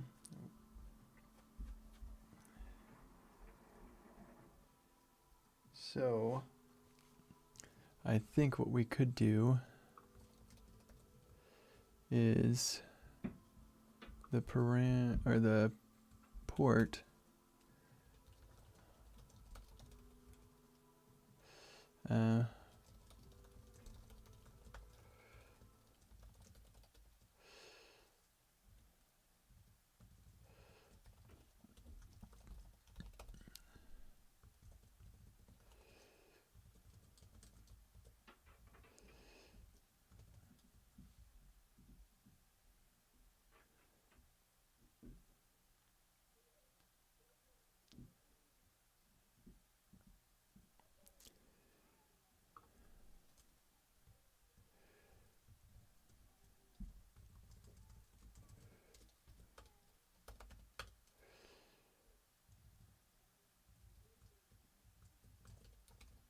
supposed to take a break, but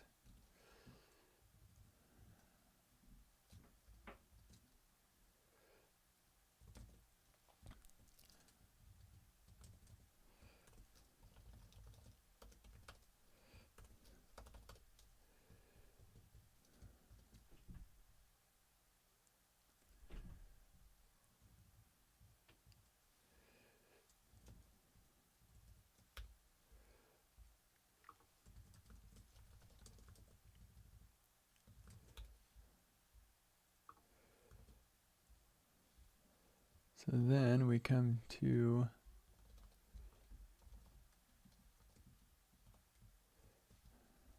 is this running? Yeah.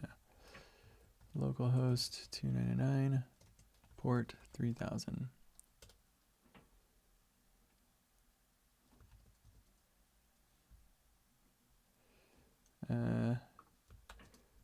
get rid of index.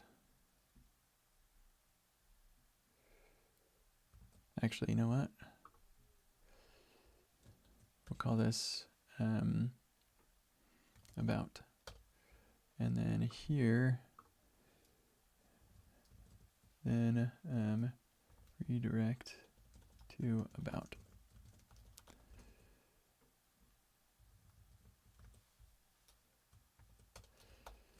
Okay, well.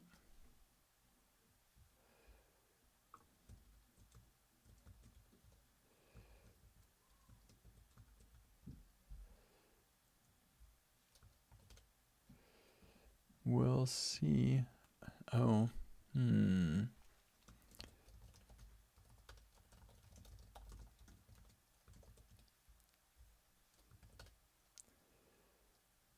Oh, that's interesting. All right, well, I gotta take a break. So see you in 5 minutes.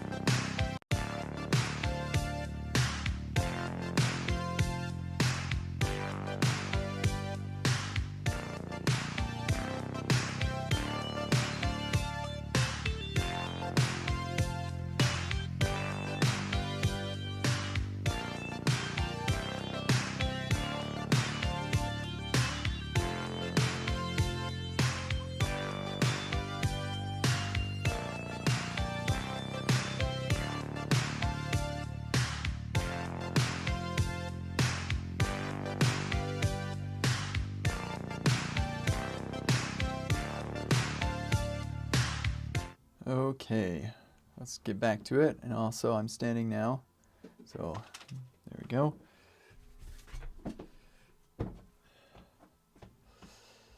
Okay, so for some reason,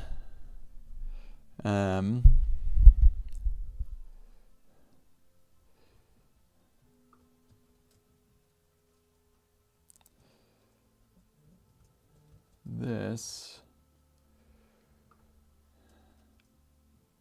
oh right, I called it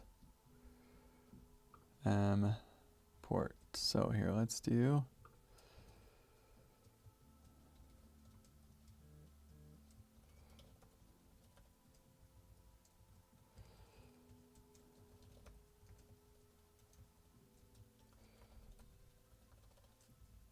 let's add one more example of what it's supposed to do.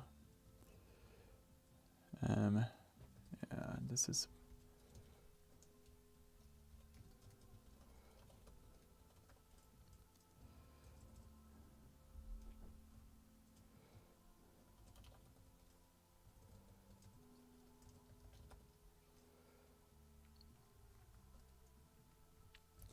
and this one will be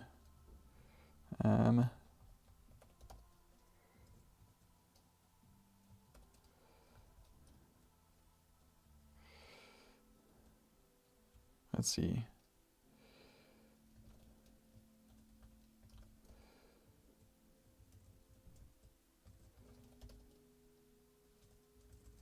Yep, you get it, Copilot.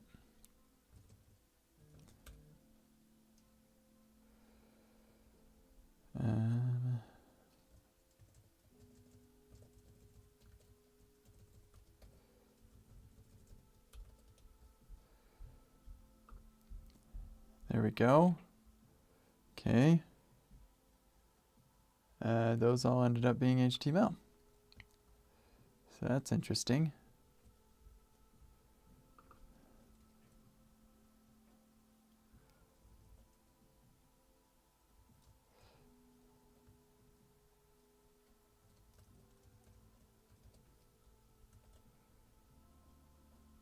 Huh.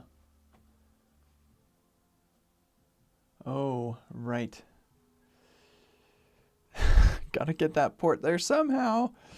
Ah, that's not gonna work either. Because they're all gonna come to port 2000 or whatever the port of the URL is. Dang it. I kind of thought that would work.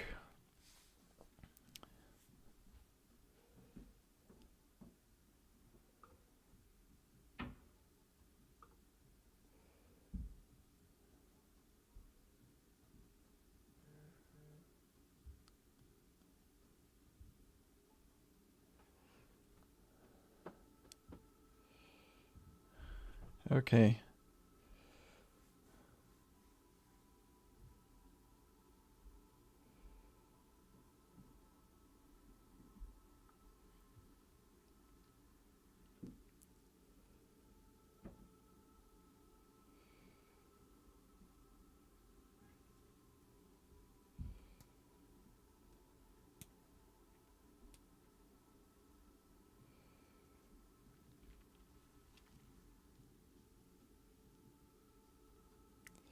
So another way we could do this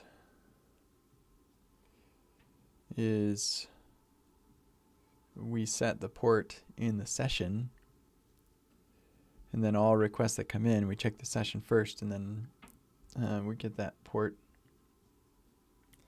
But then how do you have two open at a time? That is definitely something somebody would do. Okay, so going back to the other proxy thing, right, it's not going to work because Remix doesn't support a base name.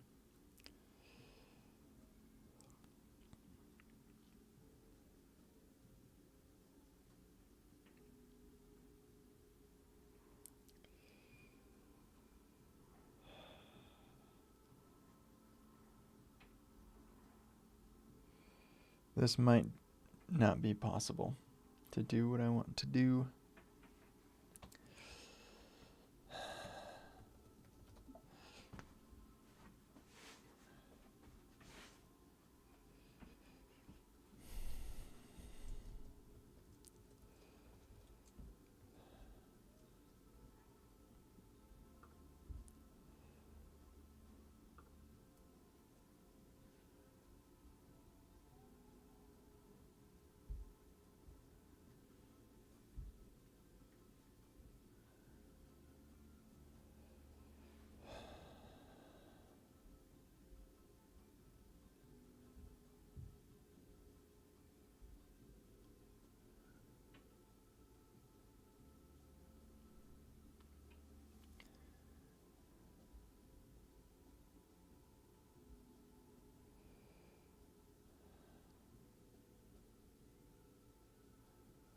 I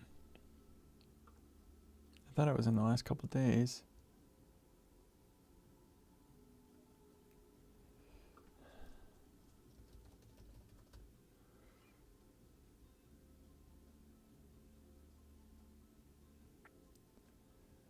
Huh. Maybe it's not closed. I thought it was closed.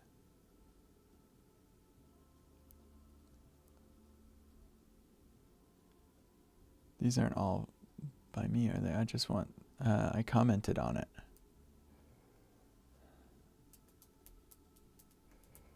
Huh. Somebody asked me to help get a thing merged.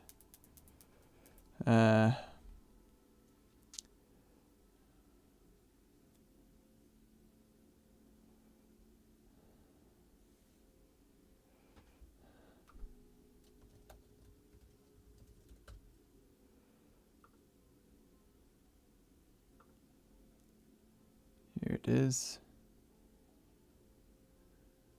Yeah, there I asked.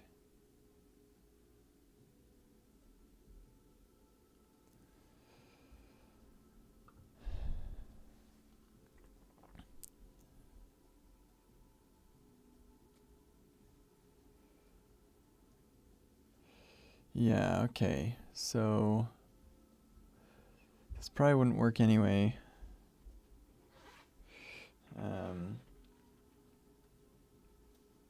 Well, it might.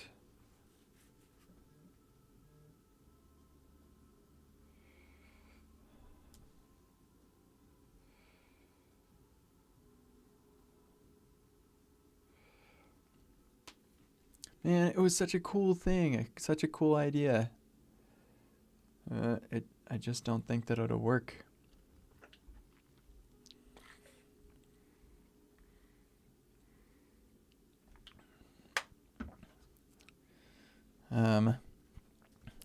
Dynamic subdomain.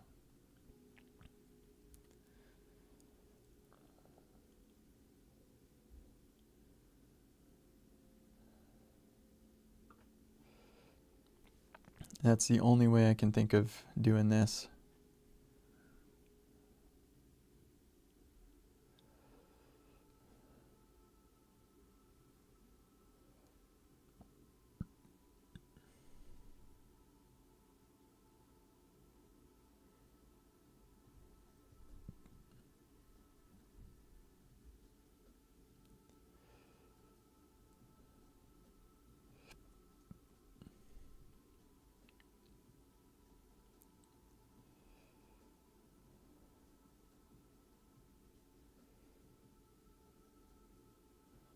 My question is, how do you get that set up on the host?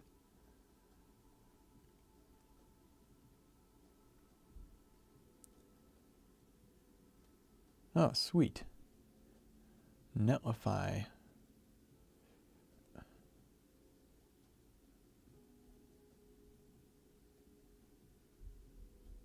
Not quite.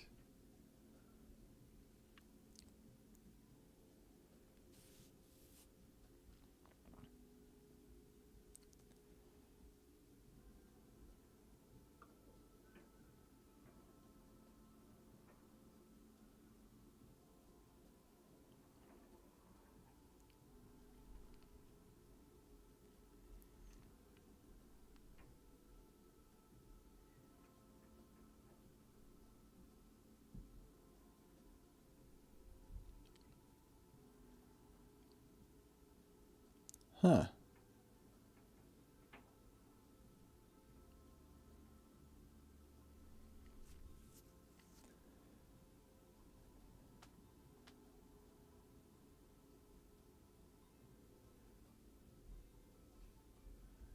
Give it a try. Okay, I'll give it a try. Blurb. Cool. Yo.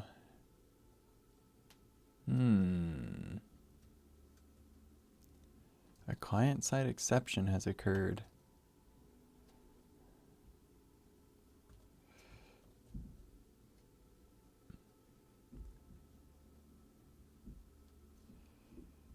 Okay.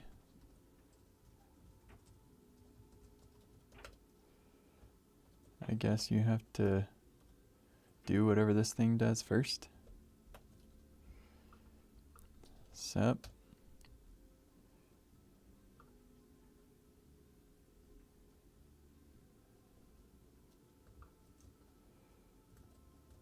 Okay, I'm going to chalk that up as a limitation of the demo and not of the capability, because it definitely looks like you can do that. I bet Cloudflare can do this too. Dynamic subdomain.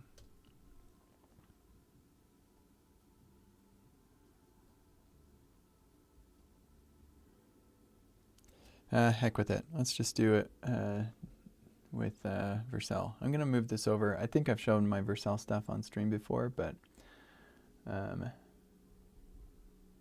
yeah, I need to delete all this stuff. Can I delete all this stuff? How do you delete all this?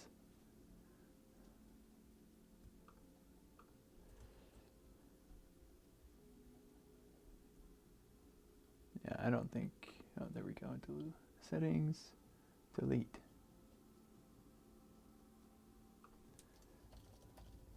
Okay, well, y'all can watch me do this.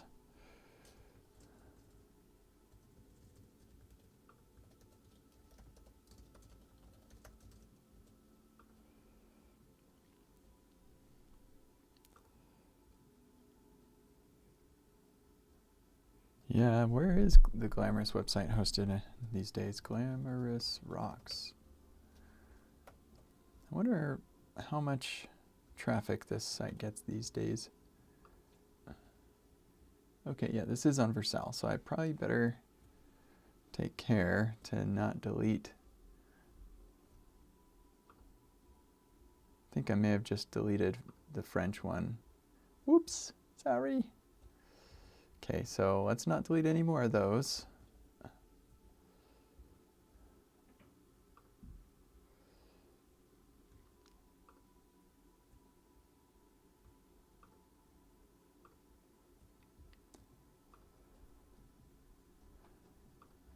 I'm pretty sure nobody's going to that site anymore.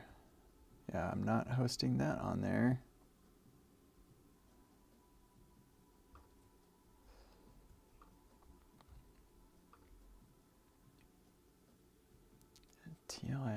TIL.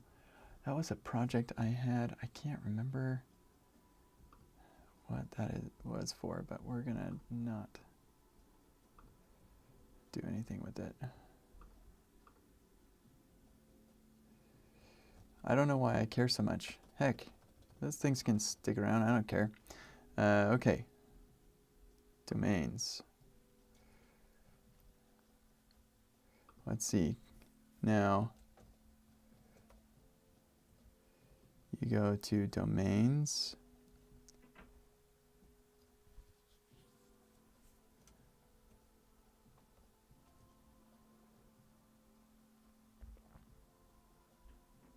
I wonder.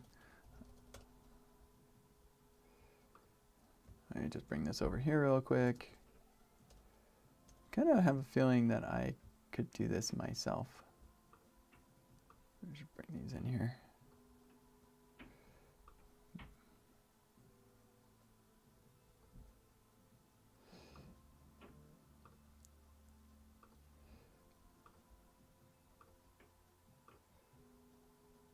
Actually, let me just double check. I don't think I've got any domains here I don't want you to see, but just in case. Let's just look at this one.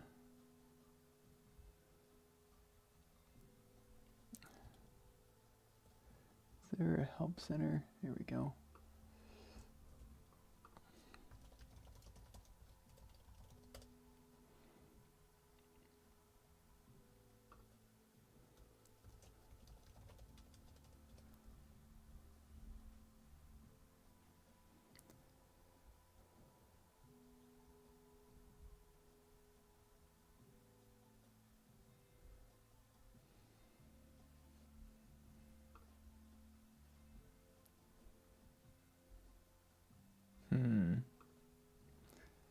Okay, DNS settings for dynamic subdomain.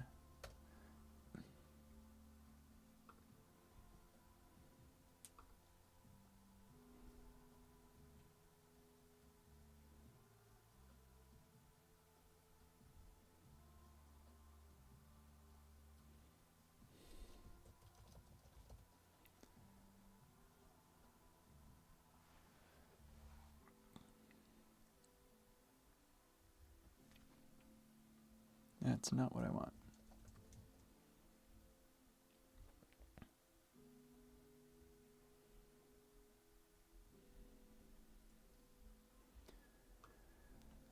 Huh. All right.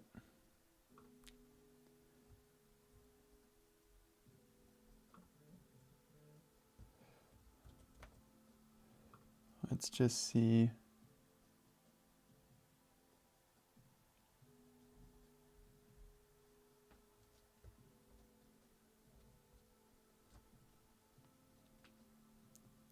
Next, you'll be asked to configure it. Capturing all subdomains on the fly is as simple as visiting your project's domain tab and entering a wildcard of your choice.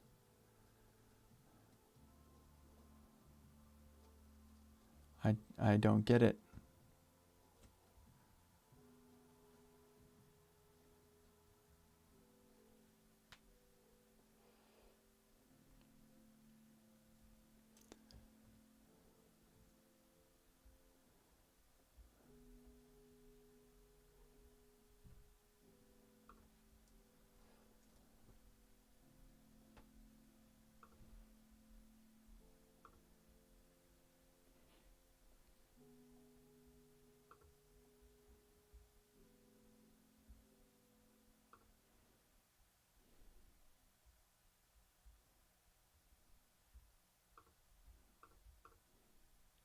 You click domains and then suddenly, somehow, this shows up.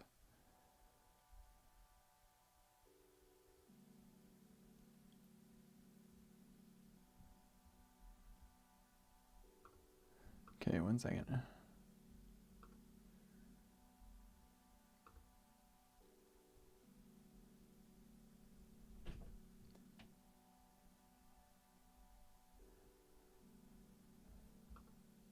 I'm one of the problems.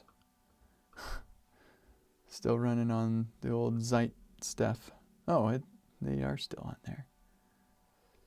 Zeit world. That's funny. I mean, I can only imagine it's outrageously difficult to ever change those. So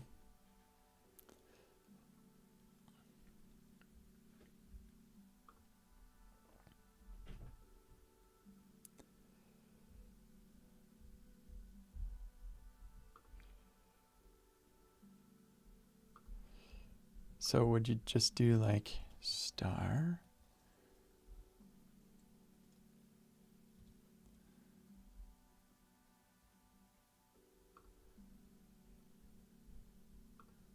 Yeah, I don't know. I don't know anything about what I'm doing, and this totally doesn't help even a little bit.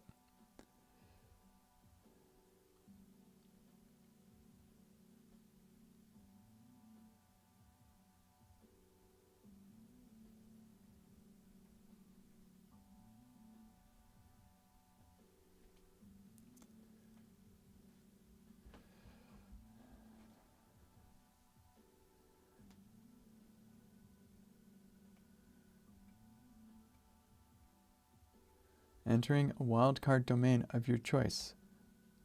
What does that even mean?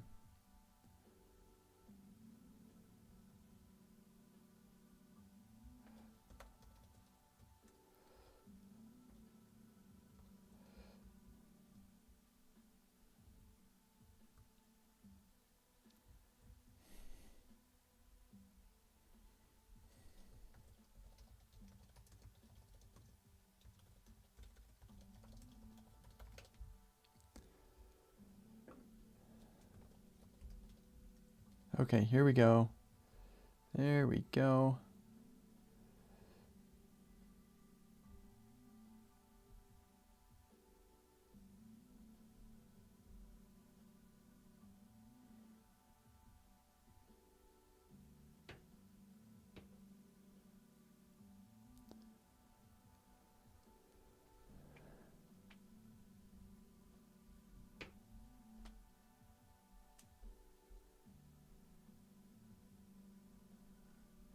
You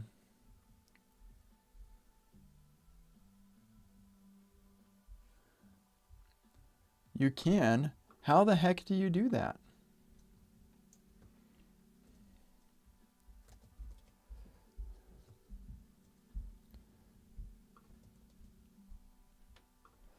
All right, we're gonna go to Twitter. No, it's not bothering me.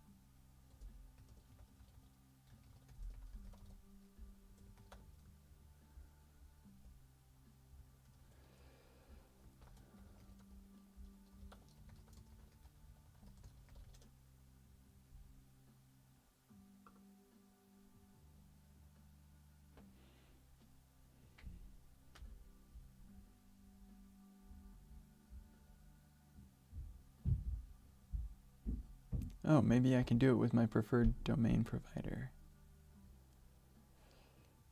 Great, except their demo images don't freaking load. Ah! What has happened to the world?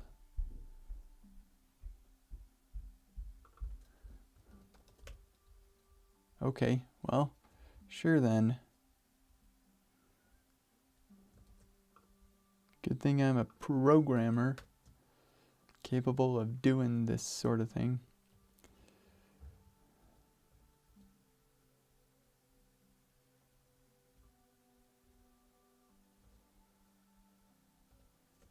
Okay. We're gonna try this. I think it'll work. So I'm gonna buy a domain.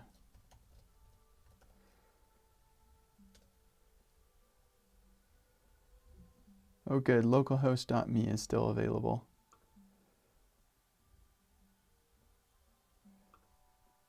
It's a pretty good, right? Localhost me, right? I don't know. It's kind of cute.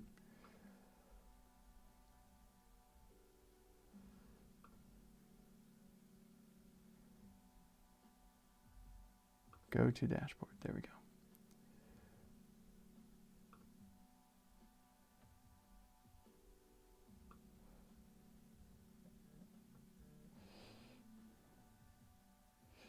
Okay.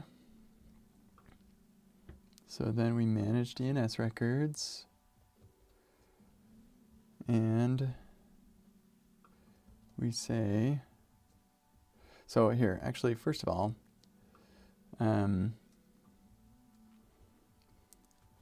the port number is going to come from the subdomain.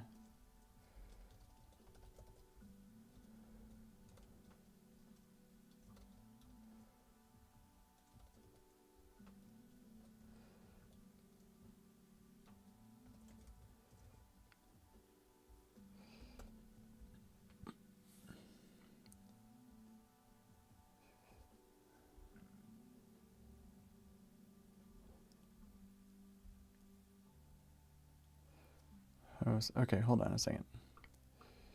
New URL.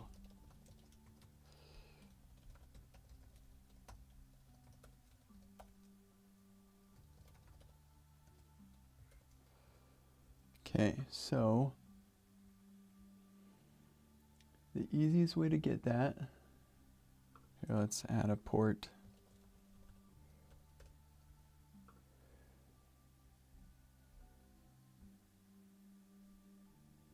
is host name, yeah.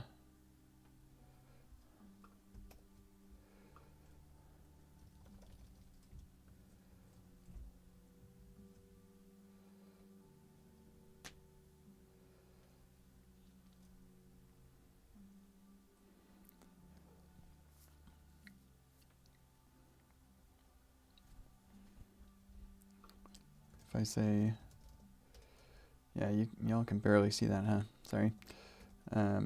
Host name.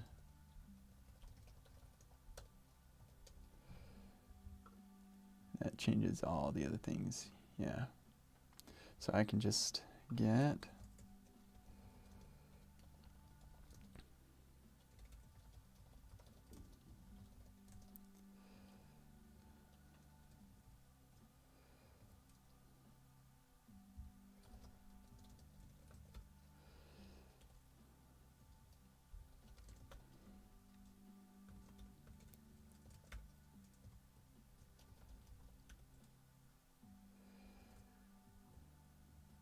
so here we're gonna just say URL host name, local host, then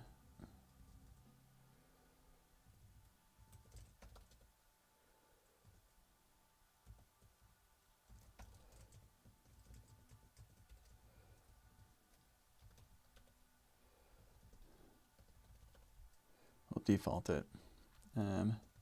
Default to 3000 on local host.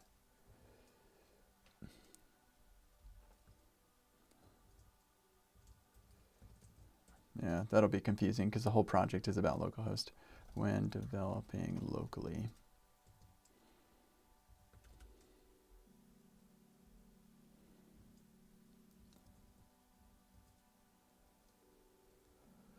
And then this will have to redirect to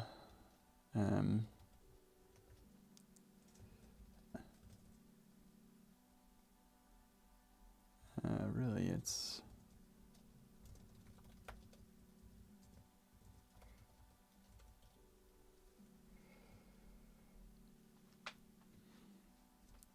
can you do subdomains with localhost? I don't think that that's going to be possible. Yeah, so Etsy hosts. I think we're going to need to do that for testing purposes.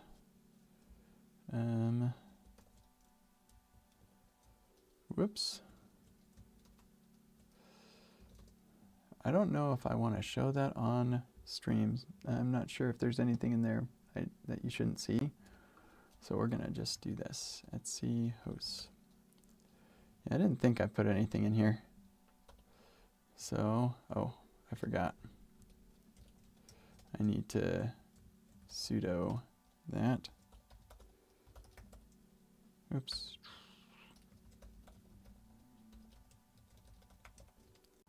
And this will be, can you do wildcard domain local host?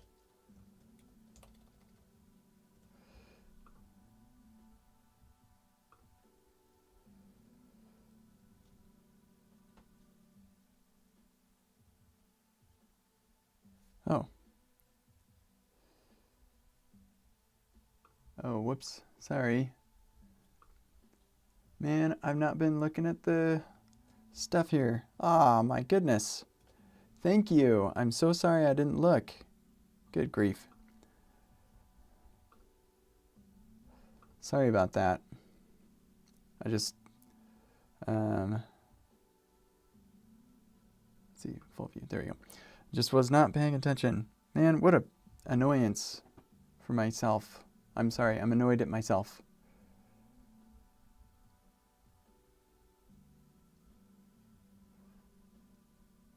Oh, hey, fix many as const. I like that. That's exciting. Okay. You just built it? You're just sitting around here. I'm going to just build this thing that Kent is live streaming. Good grief. How cool is that? Nice. Thank you. Wow, that was really cool of you. Good grief. How neat.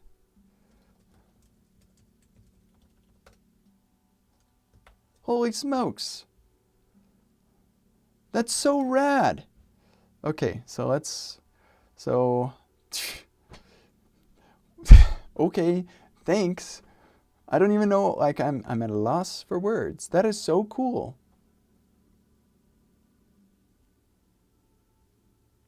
Huh.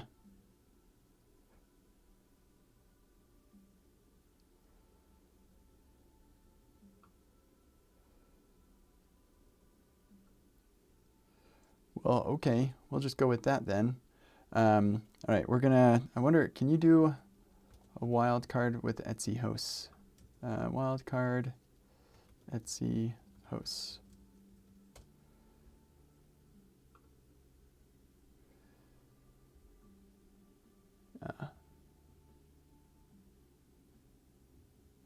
Okay, that's fine. We'll just do a couple.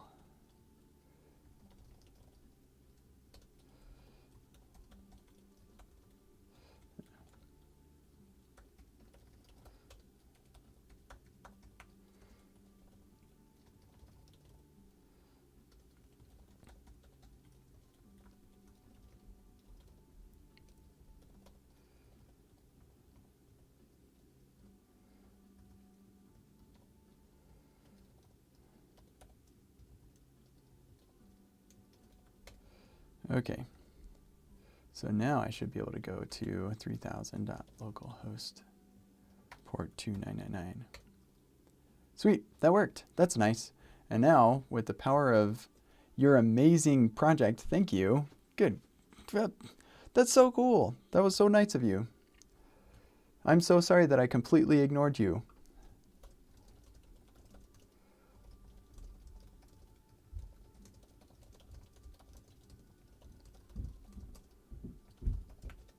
All right. Remix doesn't like to proxy other remix requests, so try and express. Okay. Yeah. Huh. Trying to wonder why that would be. It could be the data param or something.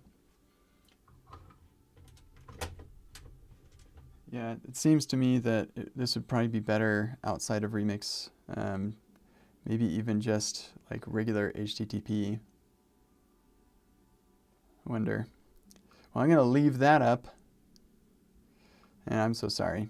I was ignoring you there. So anyway, coming back here.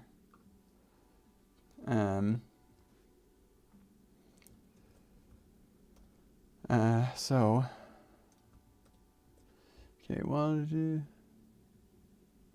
A or C name.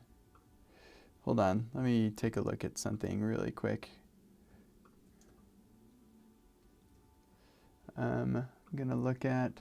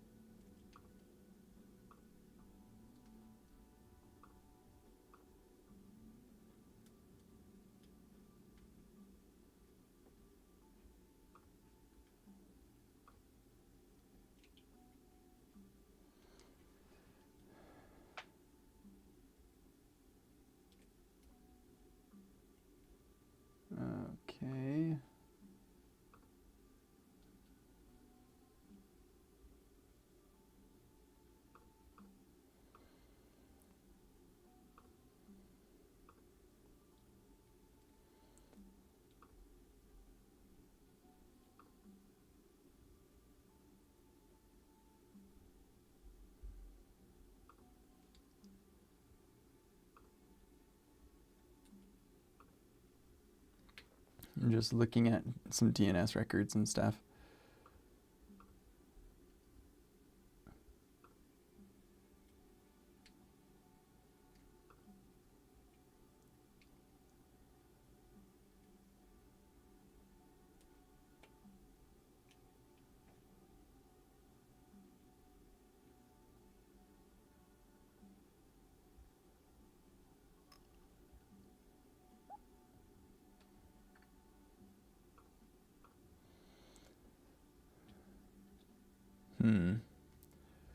Yeah, I'm still kind of confused how I'm supposed to set this up, but we'll give it a whirl anyway. And I'm still trying to decide where I want to host this thing. This does feel like the type of thing you do with serverless. So I am thinking Netlify is probably where I'll do this.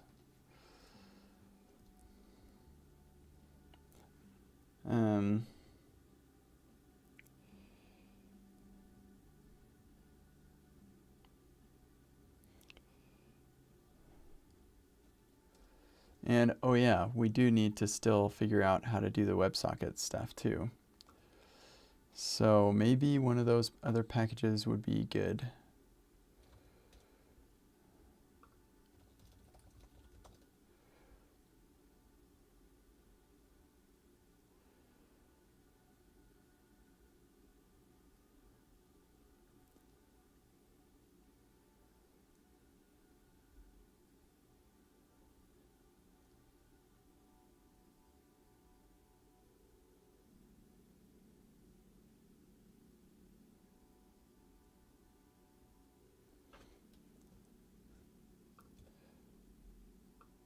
Yeah, that makes sense. Yeah.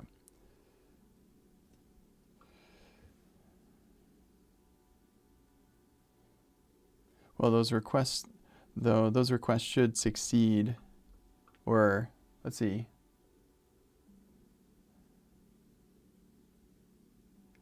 Yeah.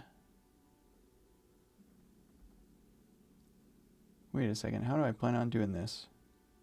I gotta take a step back, because you're not gonna be running localhost me locally.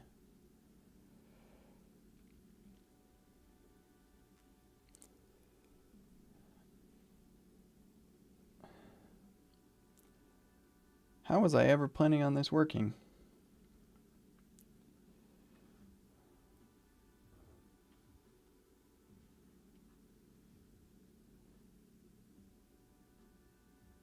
This won't work at all, not even a little bit. You'd have to run localhost me locally. Oh, I just bought a domain for this. That's what I get. Never buy the domain until it's working. Man. Yeah, there's no way this will work, because the server needs to proxy the request. Yeah, the only way for this to work is if you're using ngrok or something. Dang it. I wish that I just thought about this a little bit more.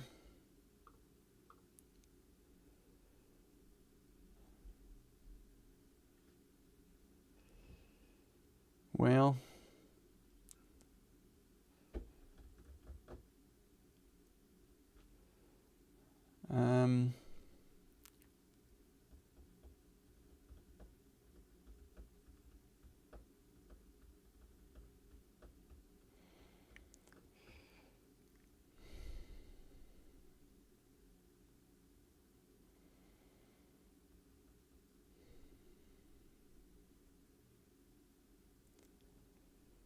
you cannot talk to localhost on a separate server for all kinds of good reasons. But the browser itself could.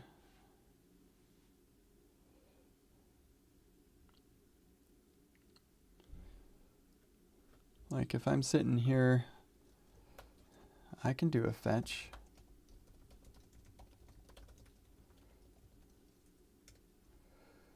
Oh, right, it's content security policy. But if I don't have one, or if I have one that allows localhost.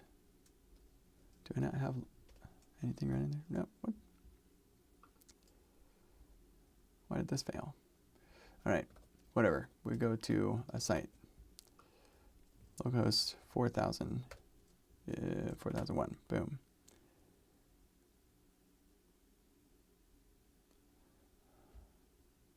This has a CSP.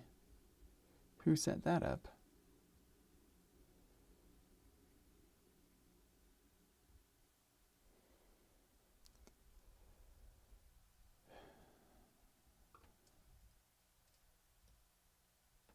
Huh. Oh, right. It's a course.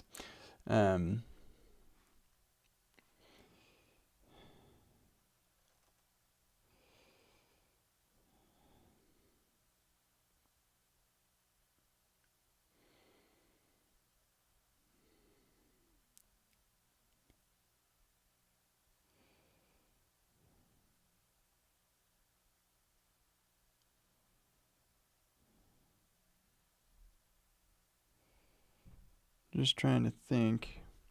Yeah, there's no way. Unless we use a service worker. And then the service worker proxies all the requests. So you go to localhost me with a specific domain.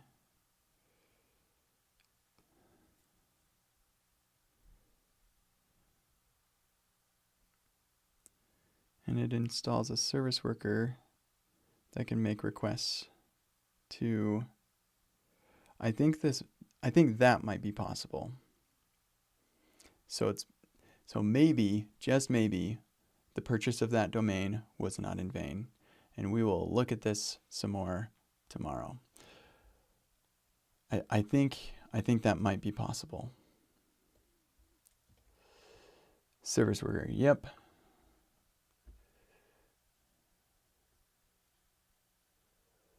Yep. Service worker will probably do it. Let's try that tomorrow.